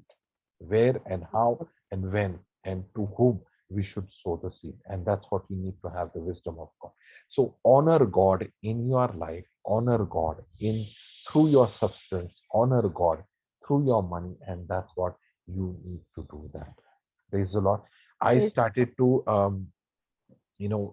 sow the seed. I was earning 15,000 at that time, and we were staying separate. My mother was staying in a different house, and we were staying in different house. So, and my son was just a small baby at that time, 1 or 2 months old. So I was taking care of my family. Plus, I was helping my mother, and yet I was having money, and my salary was 15,000. So in 9,000 we would run a house, 5,000 I would give it to my mother for her needs and for house requirement. And I was praying to God. I said, God, I want to sow the seed, because I have bread to eat but I don't have seed to sow. Though I was giving 1,000 or 2,000 for the kingdom of God, but the Lord opened the door for me. There's one person who offered me. He says, that you are coming and ministering in our place, and we wish to give you not salary but some amount of money. And he offered me 5,000, and I started thanking God. I said, I had the bread but I did not have the seed. And I said, this 5,000 every month that you are giving me is my seed in your church or in your group. I want to sow that money. And that's how God gave me that seed. to sow in their kingdom. So what I'm trying to say is, honor God through your substance, through your money, and then just see where God will take you. It's amazing the way God is going to bless you, the way God will take you. And he sees that, especially when you have to go for your holidays, when you have to buy your things, how much money do we spend? But when it comes to retreat, especially when Brother Johnson gives everything free, I am just giving you as an example. I don't want to belittle or just don't want to say anything about anyone. Once I saw that one of the sister who was there in our ministry. The three people were working in a house, and the total income of the house was around 80,000 to 1 lakh rupees. That was 15 years back, 1 lakh rupees. But whenever it would be like, Brother Johnson taking them to some place, or whenever they would had to go, we had gone from Mumbai to Bangalore. So they were not ready to pay even their railway ticket, because the ministry will pay, Brother Johnson will pay, or Mhm. someone else will pay. And they had a lot of money, and they are coming and expecting God's anointing, God's blessing, and God is going to deliver us, and they were in the choir, they were in the ministry, they were doing all the work, but in the area of money, they were really not ready to give or sow or spend. When it comes for their holidays, when it comes for their clothes, when it comes for their spending, they would not see, they would not think about anything. They would spend lavishly. But when it comes to the kingdom of God, Brother Johnson will give, ministry will give, they will give, someone else will buy things, someone else will buy this. And this is what I realized, that, they need to learn, or we need to learn to honor God with our substance, with our money. If God is your first priority, if you keep God the first person in your life, you will see the blessing of God will start overflowing in your life. This is the first principle. The second principle, as we all know, Luke chapter 6, verse 38. Luke chapter 6, verse 38. Give, and it shall be given unto you. Good measure, pressed down, shaken together, running over, men shall give unto your bosom. Luke chapter 6, verse 38. Give, and it shall be given unto you. Good measure, pressed down, shaken together, running over, and men shall give unto your bosom. Luke chapter 6, verse 38. Baba, I'll tell you, Luke chapter 6, verse 38. Yeah. Now, Sister Vanessa, when she was doing the revision, she said that I was buying the lottery so that I would get, I had spent those 2-3 lakh rupees in the lottery. No, the thing was that we had a loan of 2 to 3 lakhs. Okay. And I wanted to get rid of that loan. So in order to come out of the loan, I was buying the lottery. But and that I did not know that it was not the way God works, but that's how I learned this principle. In those days, my mother used to give me pocket money of 30 rupees, 40 rupees, just to go somewhere. What I would do, 10% of that money, sometimes 5 rupees, sometimes 8 rupees, and I would take out the chiller, I would take out the coins, okay, and I would put it in a box. And because I was feeling shy, or I was not comfortable to give that 5 rupees as a offering, or a sowing that in anywhere. So I thought I would collect a little bigger amount, and then once the amount is collected, then I will give it in the ministry for the kingdom of God. So I was collecting, 2 rupees, sometimes 5 rupees, sometimes 8 rupees, like this I was saying. The first time I went, the 50 rupees note, I went and I sold in that ministry. Next, or in some days, I think 1 or 2 weeks time, somebody came and blessed me with 200 rupees. And he says, God put in my heart to give you 200 rupees. And I said, wow, this is working. It says, give and it shall be given unto you. Good measure, pressed down, shaken together, running over, and men shall give unto your bosom. For with the measure that you met, it shall be measured unto you again. I said, with the measure that I gave, it will be measured back to me. So when I got that 200 rupees, I was so excited. And then I said, again, I'm going to sow that.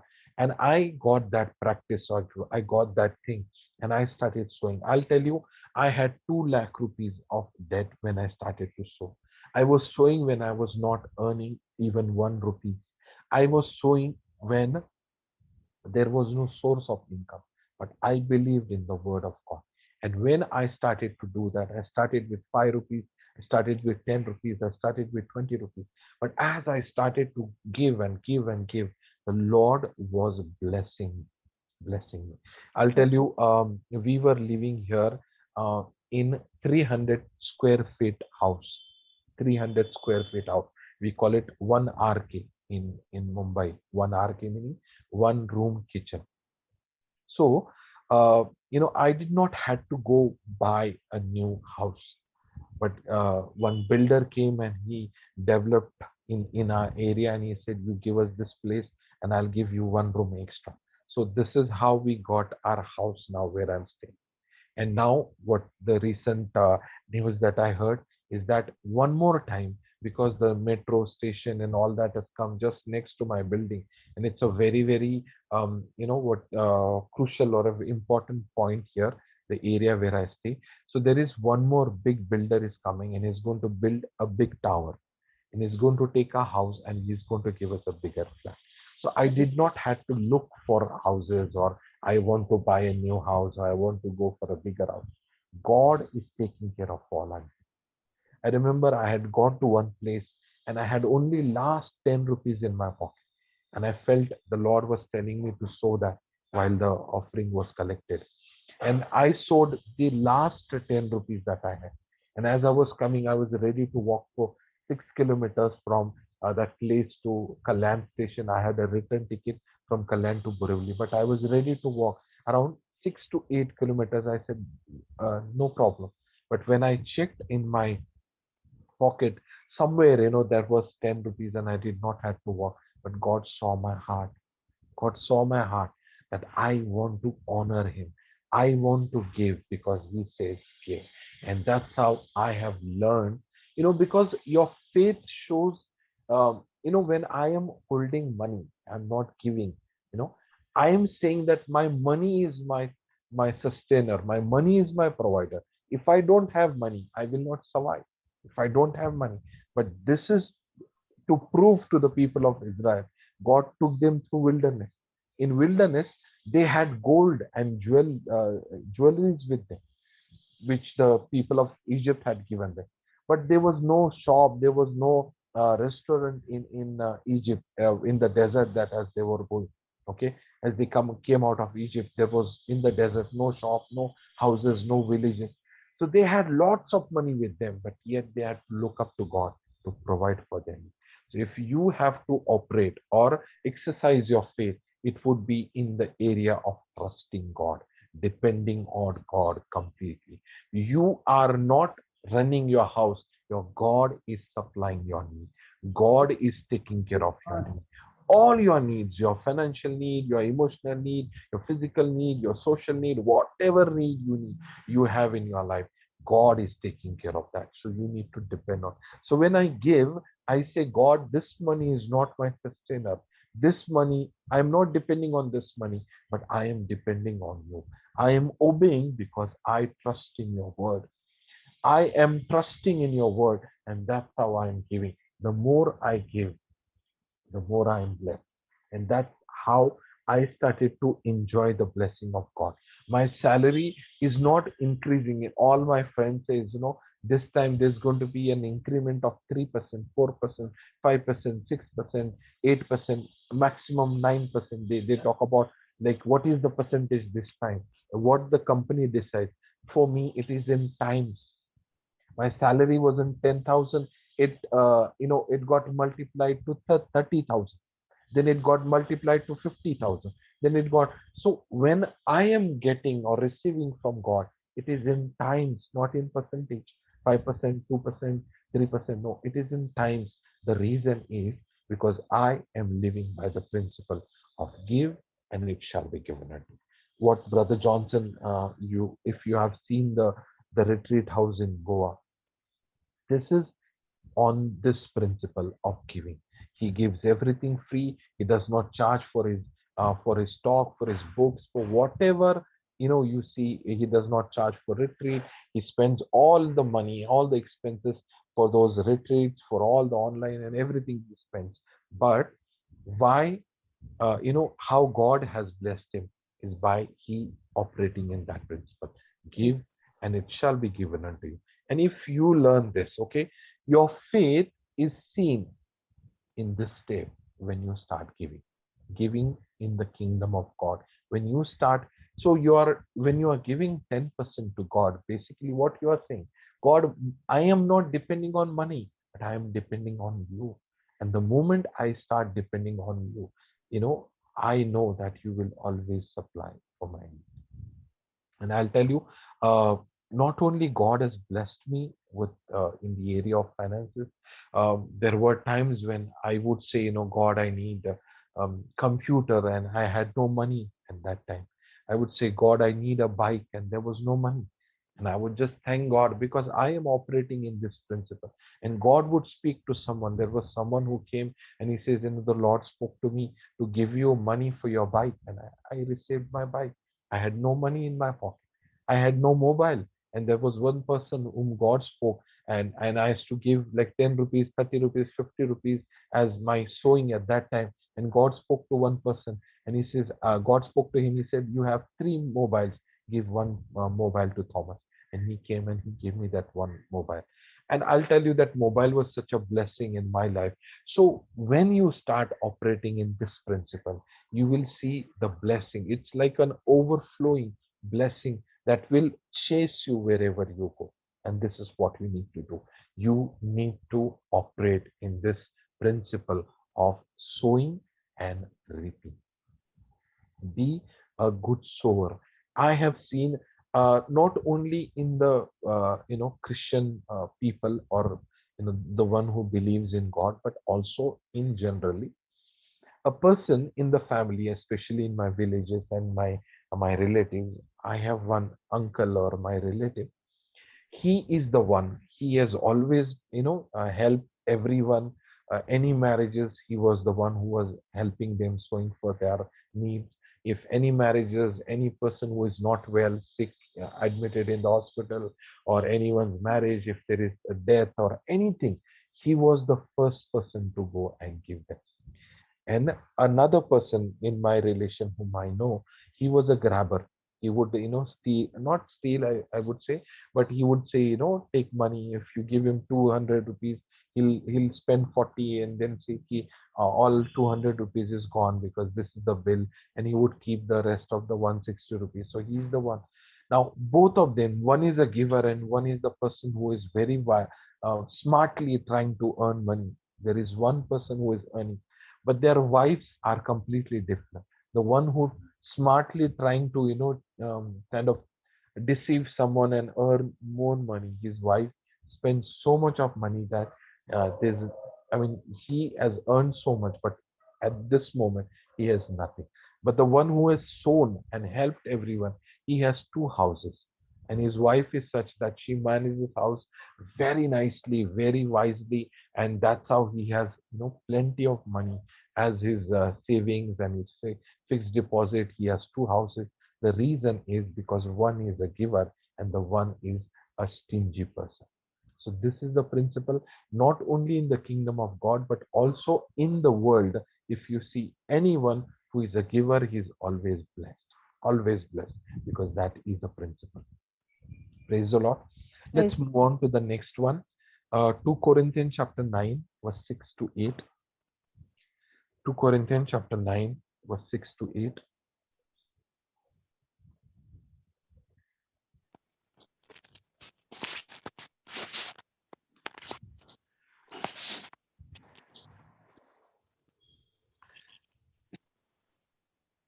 But this I say, he which soweth sparingly shall reap also sparingly, and he which soweth bountifully shall reap also bountifully. So whoever soweth sparingly shall reap sparingly. Okay. So this is a process basically. It's like, you earn, sorry, you start sowing. Like I started with 10 rupees, and then I gradually moved to 50, moved to 100, moved to 200, moved to 500, moved to 1000. And that's how I'm gradually increased. I cannot, like Brother Johnson, who gives in lakhs, and I cannot sow immediately, but you can start with the small. But as you grow, you will see the word of God always works in this area. And the more, the best anointed preacher who are mightily used of God, there's one quality that I have seen in all those men of God, is all of them are good sowers.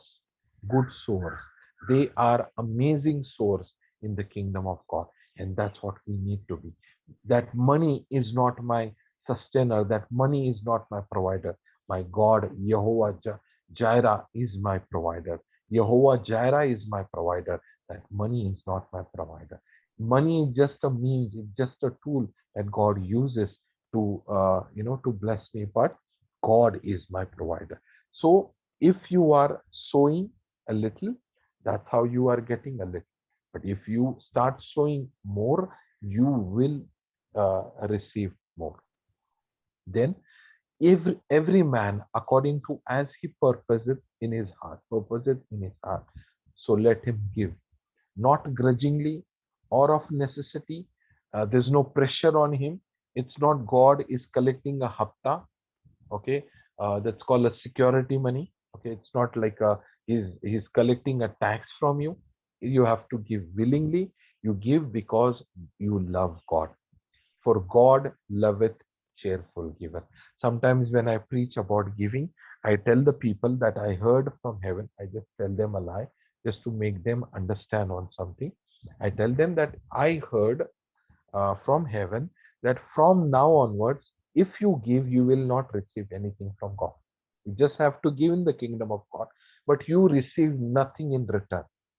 And I asked them, how many of you are still willing to give? And not many hands are lifted, because we give because they give because they receive. But I'll tell you, I give because I love God. I give because He has given me. I give because He has done so much for me, and that is why I give it to the Lord. Not because I should receive. It's not a formula. It's not a what you call a finance company where you give this and you get a double, or it's not a stock exchange where you are investing. You are giving because the word of God says. It is because of the relation with God you are giving. And that's what every man according to as his purpose, not with grudgingly, not with necessity, not out of pressure, but with love, with cheerfulness, you need to give it to God. And then verse 8. This is one of the most powerful promises about the provision, about the money. Most powerful promise. 2 Corinthians chapter 9 verse 8. If you can buy at it, please buy at. This is one of the most powerful scriptures. What it says, and God is able to make all grace abound towards you. All grace, not some grace, not few grace, all grace abound towards you, that you always, not sometimes, not in holiday season, not just in winter or summer, but always having all sufficiency, not some sufficiency, not just enough sufficiency, all sufficiency in all things may abound to every good work. That God is able to make all grace abound towards you. So God will make all grace abound or increase in your life, that you will always have all sufficiency, that you will have all sufficiency for everything in all things, that you may abound to every good work. And this is what your life is going to be. You will have all grace abounding, increasing in your life, that you will have all sufficiency in your life, and for all things you will have all sufficiency, and in everything you will abound for every good work. This is Praise what God.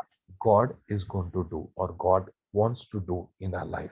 And this principle gets, this blessing gets operated in our life when we start operating in the principle of giving, and giving it cheerfully, giving it bountifully. Praise the Lord. Praise The the Lord. next principle we'll look at it. Again, Ephesians chapter 6, verse 2 and 2 and 3. Ephesians chapter 6, verse 2 and 3. Yeah, last time we saw that people who do not honor their parents,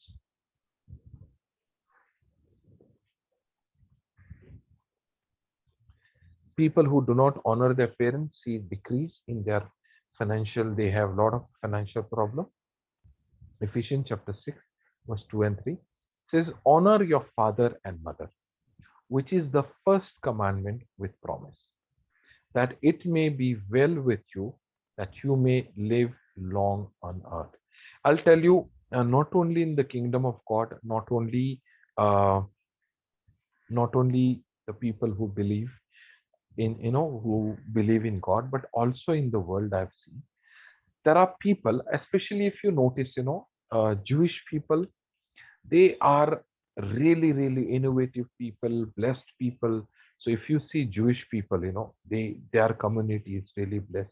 So in India, one more community, especially in India, who is very rich among all other community in India, and that's Gujarati people. If you see, and how they are so blessed is because they still have a culture of honoring the parents. There are some communities or some religion who even worship mother and father like a god. They worship. Mm. You don't, okay? But the principle of honoring, like the superstar of India, Amitabh Bachchan. My mother was a nurse in his house. She used to take care of his mother who was not well. And at one time, he was bankrupt. He lost all his money and he was bankrupt.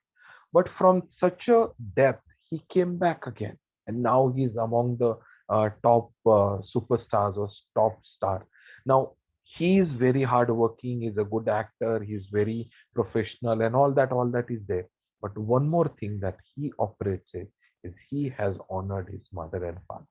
This is one principle that all his life he was operating. My mother is to tell us how he behaves or how he takes care of his mother. His father was not there. And you may see people around you, okay, who are honoring their parents, because this one principle or this one scripture is with so many blessings, so many blessings. And this is what we need to do, is we need to honor our mother and father. I think last time I gave my testimony, the day I decided to honor my mother, that day I saw that God gave me promotion, and I was I was promoted, and I started to get more salary. My salary was 13,000. It came to 52,000 just in 1 or 2 weeks time, because I decided to honor God, and that honor my mother and father, and that's when God blessed me. Okay, so that's another principle you need to operate in. The next one is Matthew 6 verse 33. Matthew 6 verse 33. Matthew 6 verse 33.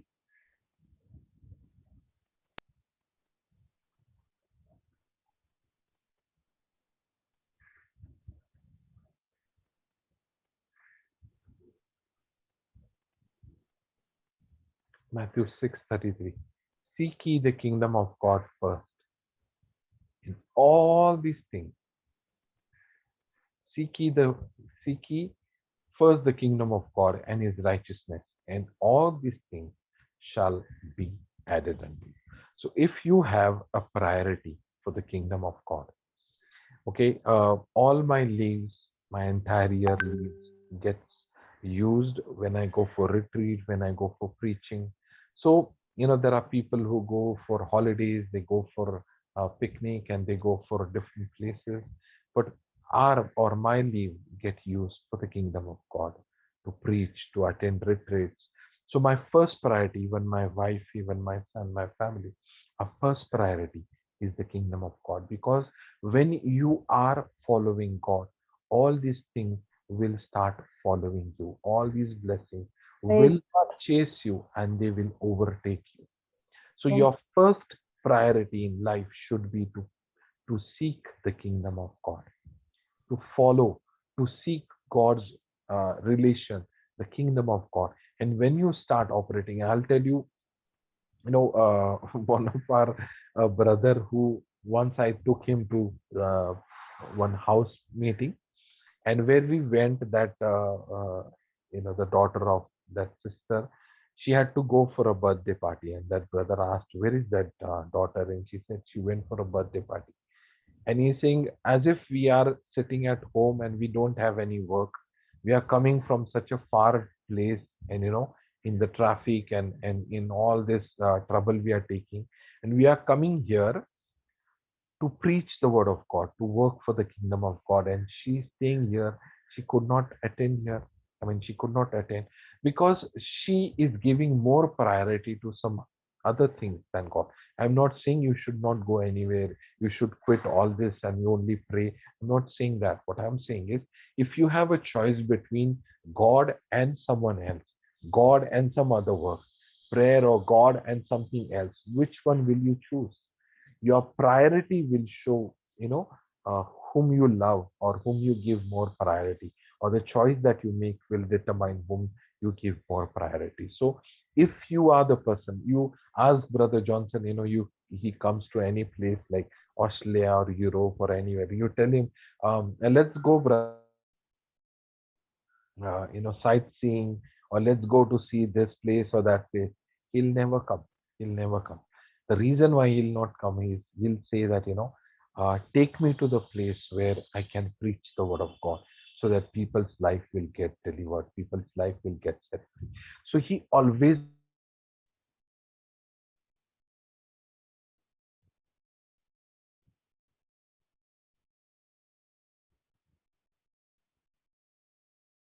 pain and all the difficulties, he was still standing there and preaching the word of God. The reason is because for him, because he loves God and because he gives priority to the kingdom of God, you know, uh, that's why he is there. And look at his life, look at his children, look at his family, look at his ministry, everything, everywhere. God has blessed him because always he gives priority to the kingdom of God.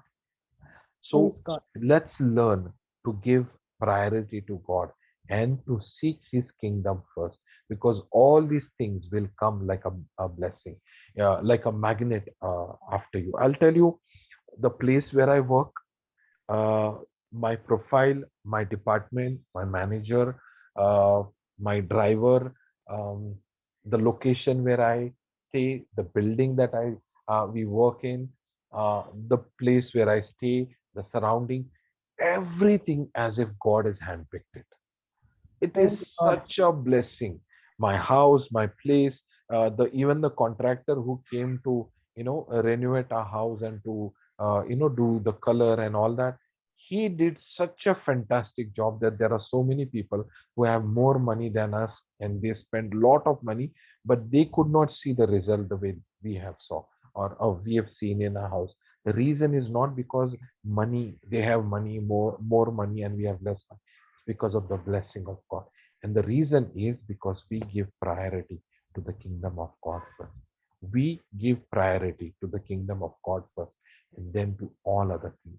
So you set your priority that God and his kingdom is my priority, and then see the floods of blessing that would come in your life. Praise the Lord. And the Praise last thing we will see, Proverbs chapter 22 verse 4.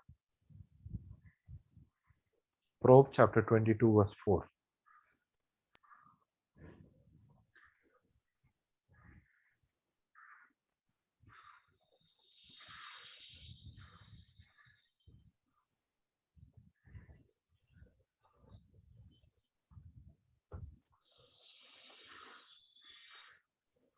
Verse 4. By humility and the fear of the Lord are riches and honor and life. By humbleness and the fear of the Lord are riches and honor and life. The reward of humility and the fear of the Lord is riches and honor in life. So God resists the proud but gives grace to the humble. So when you humble and when you honor God, okay, when you respect God, when you honor God, and when you give God the priority, and when you humble yourself, you will see that God will really, really, really bless you. Because there are so many people that I have seen, especially some cricketers. I used to follow cricket in India, okay, and there was one cricketer who was, there were other who were more talented than, but yet this person was a number one or number one in the world. And the quality was not his talent in cricket, but the quality that this cricketer had was humbleness. Even he is known for his humbleness today. He is always, from the day he started to play cricket till he got retired, he was always number one. Everybody respected him. And the reason everybody respected him is because of his humility. But a person just opposite him or who was picked with him, he had lot of pride and he achieved few things in a very short span of time, but he is disappeared and nobody is bothered, or he just disappeared. So when you develop that humility or um, humility in you, you will see that you will start learning more things. God will give you insight of your business, because I'll tell you, there were times when I had such a challenges and there were like 3 or 4 engineers working with me, and nobody is able to crack down or able to fix that problem. But God would give me that wisdom, and I Right. would take a meeting and I'd say, "Hey, this is how we would resolve it, and this is how the solution is." And they were so shocked and they said, "This is so simple." And I said, "I know it is simple, but because when you operate in the principle of humility, when you humble before God and say, Lord, I don't know, teach me. Lord, teach me. The moment you do that, you will see God will take you to great heights, great heights. So, 6 things that we saw. One is to honor God. 2 is to give. 3 is to give bountifully and cheerfully. 4 is to honor your parents. 5 is to give priority or to seek the kingdom of God first, to give priority to God. And 6 is humbleness. If these things you start operating in, you will see God will bless you. I'll tell you, I am so blessed. My wife, my children, my mother, my family, my work, my house, my locality. I mean, such a blessing handpicked by God. And I'm so, so very blessed because, somehow I was good for nothing. I failed. I lived in sin. I was a person who always, always disobeyed and did everything wrong that I could. But today I'm blessed is because somehow I was operating, or I am trying to operate the principle that I shared with you. So I encourage all of you to do that and start slowly. I have failed in many times I failed, but yet I tried by the grace and mercy of God. I am able to do that, and I see the amazing, amazing work, amazing blessing of God, operating in my life. Praise the Lord. Praise the Lord. So I think I'll close here. Praise God, brother. So beautiful. Thank you, Jesus. Praise God. Anyone has any questions? Anything y'all didn't understand? Hello? Hello? Praise God. Thank you, brother. Jen, you ready with the closing prayer, Baba? Yes, sister. Okay. Shall we? Yeah. Thank you, Abba Father. Thank you, my sweet Jesus, for giving this lovely moment, a day filled with your grace and your abundant mercy for us in various ways and to various people.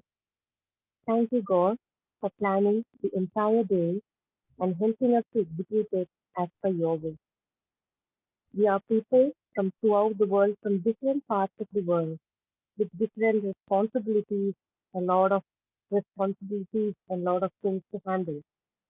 Still, God, you brought us together in this moment and you helped us to take part in this fruitful session. Thank you so much for the wonderful people who made it possible for us to attend the session. Thank you so much for Brother Enoch that he displayed all the Bible verses for us to refer. And thank you so much for Sister Vanessa, who just gave a very beautiful and a very clear recap. Thank you so much, God, for all the rewriters throughout the world who take enormous effort in just writing your words, which you put into them. They bring it out so beautifully, and it touches each and every soul who goes through that. Thank you, Abba Father, especially for the lovely, a beautiful message which Brother Thomas gave us today. A very lovely message. The things, the simple things which we go through in our life, but we have never known the in-depth meaning in each and everything. But he explained it so well with so many experiences from his own life, God. Thank you so much, Abba Father, for giving us such a lovely session so that we understand the beautiful things in life that we need to do so that whatever that we wanted to attain, we need to do a lot of things, very simple and wonderful, beautiful things which you have given us to do.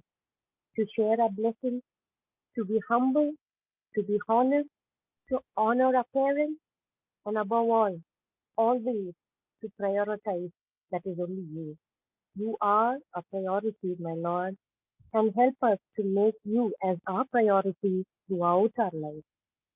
Bless Brother Thomas and his family, and especially at this moment, we wanted to pray for Sister Maria, who has been such a lovely angel that she has brought us close and she has given us this opportunity to take part in this. Bless each and every lovely lady who is taking part and all the people who is taking part in this session. Bless each and every one of them in your abundant grace and mercy. Bless them and their families and the week ahead. All this we ask in thy precious name. Amen. Amen. Amen. Amen. Praise God. Thank Amen. you, Jesus.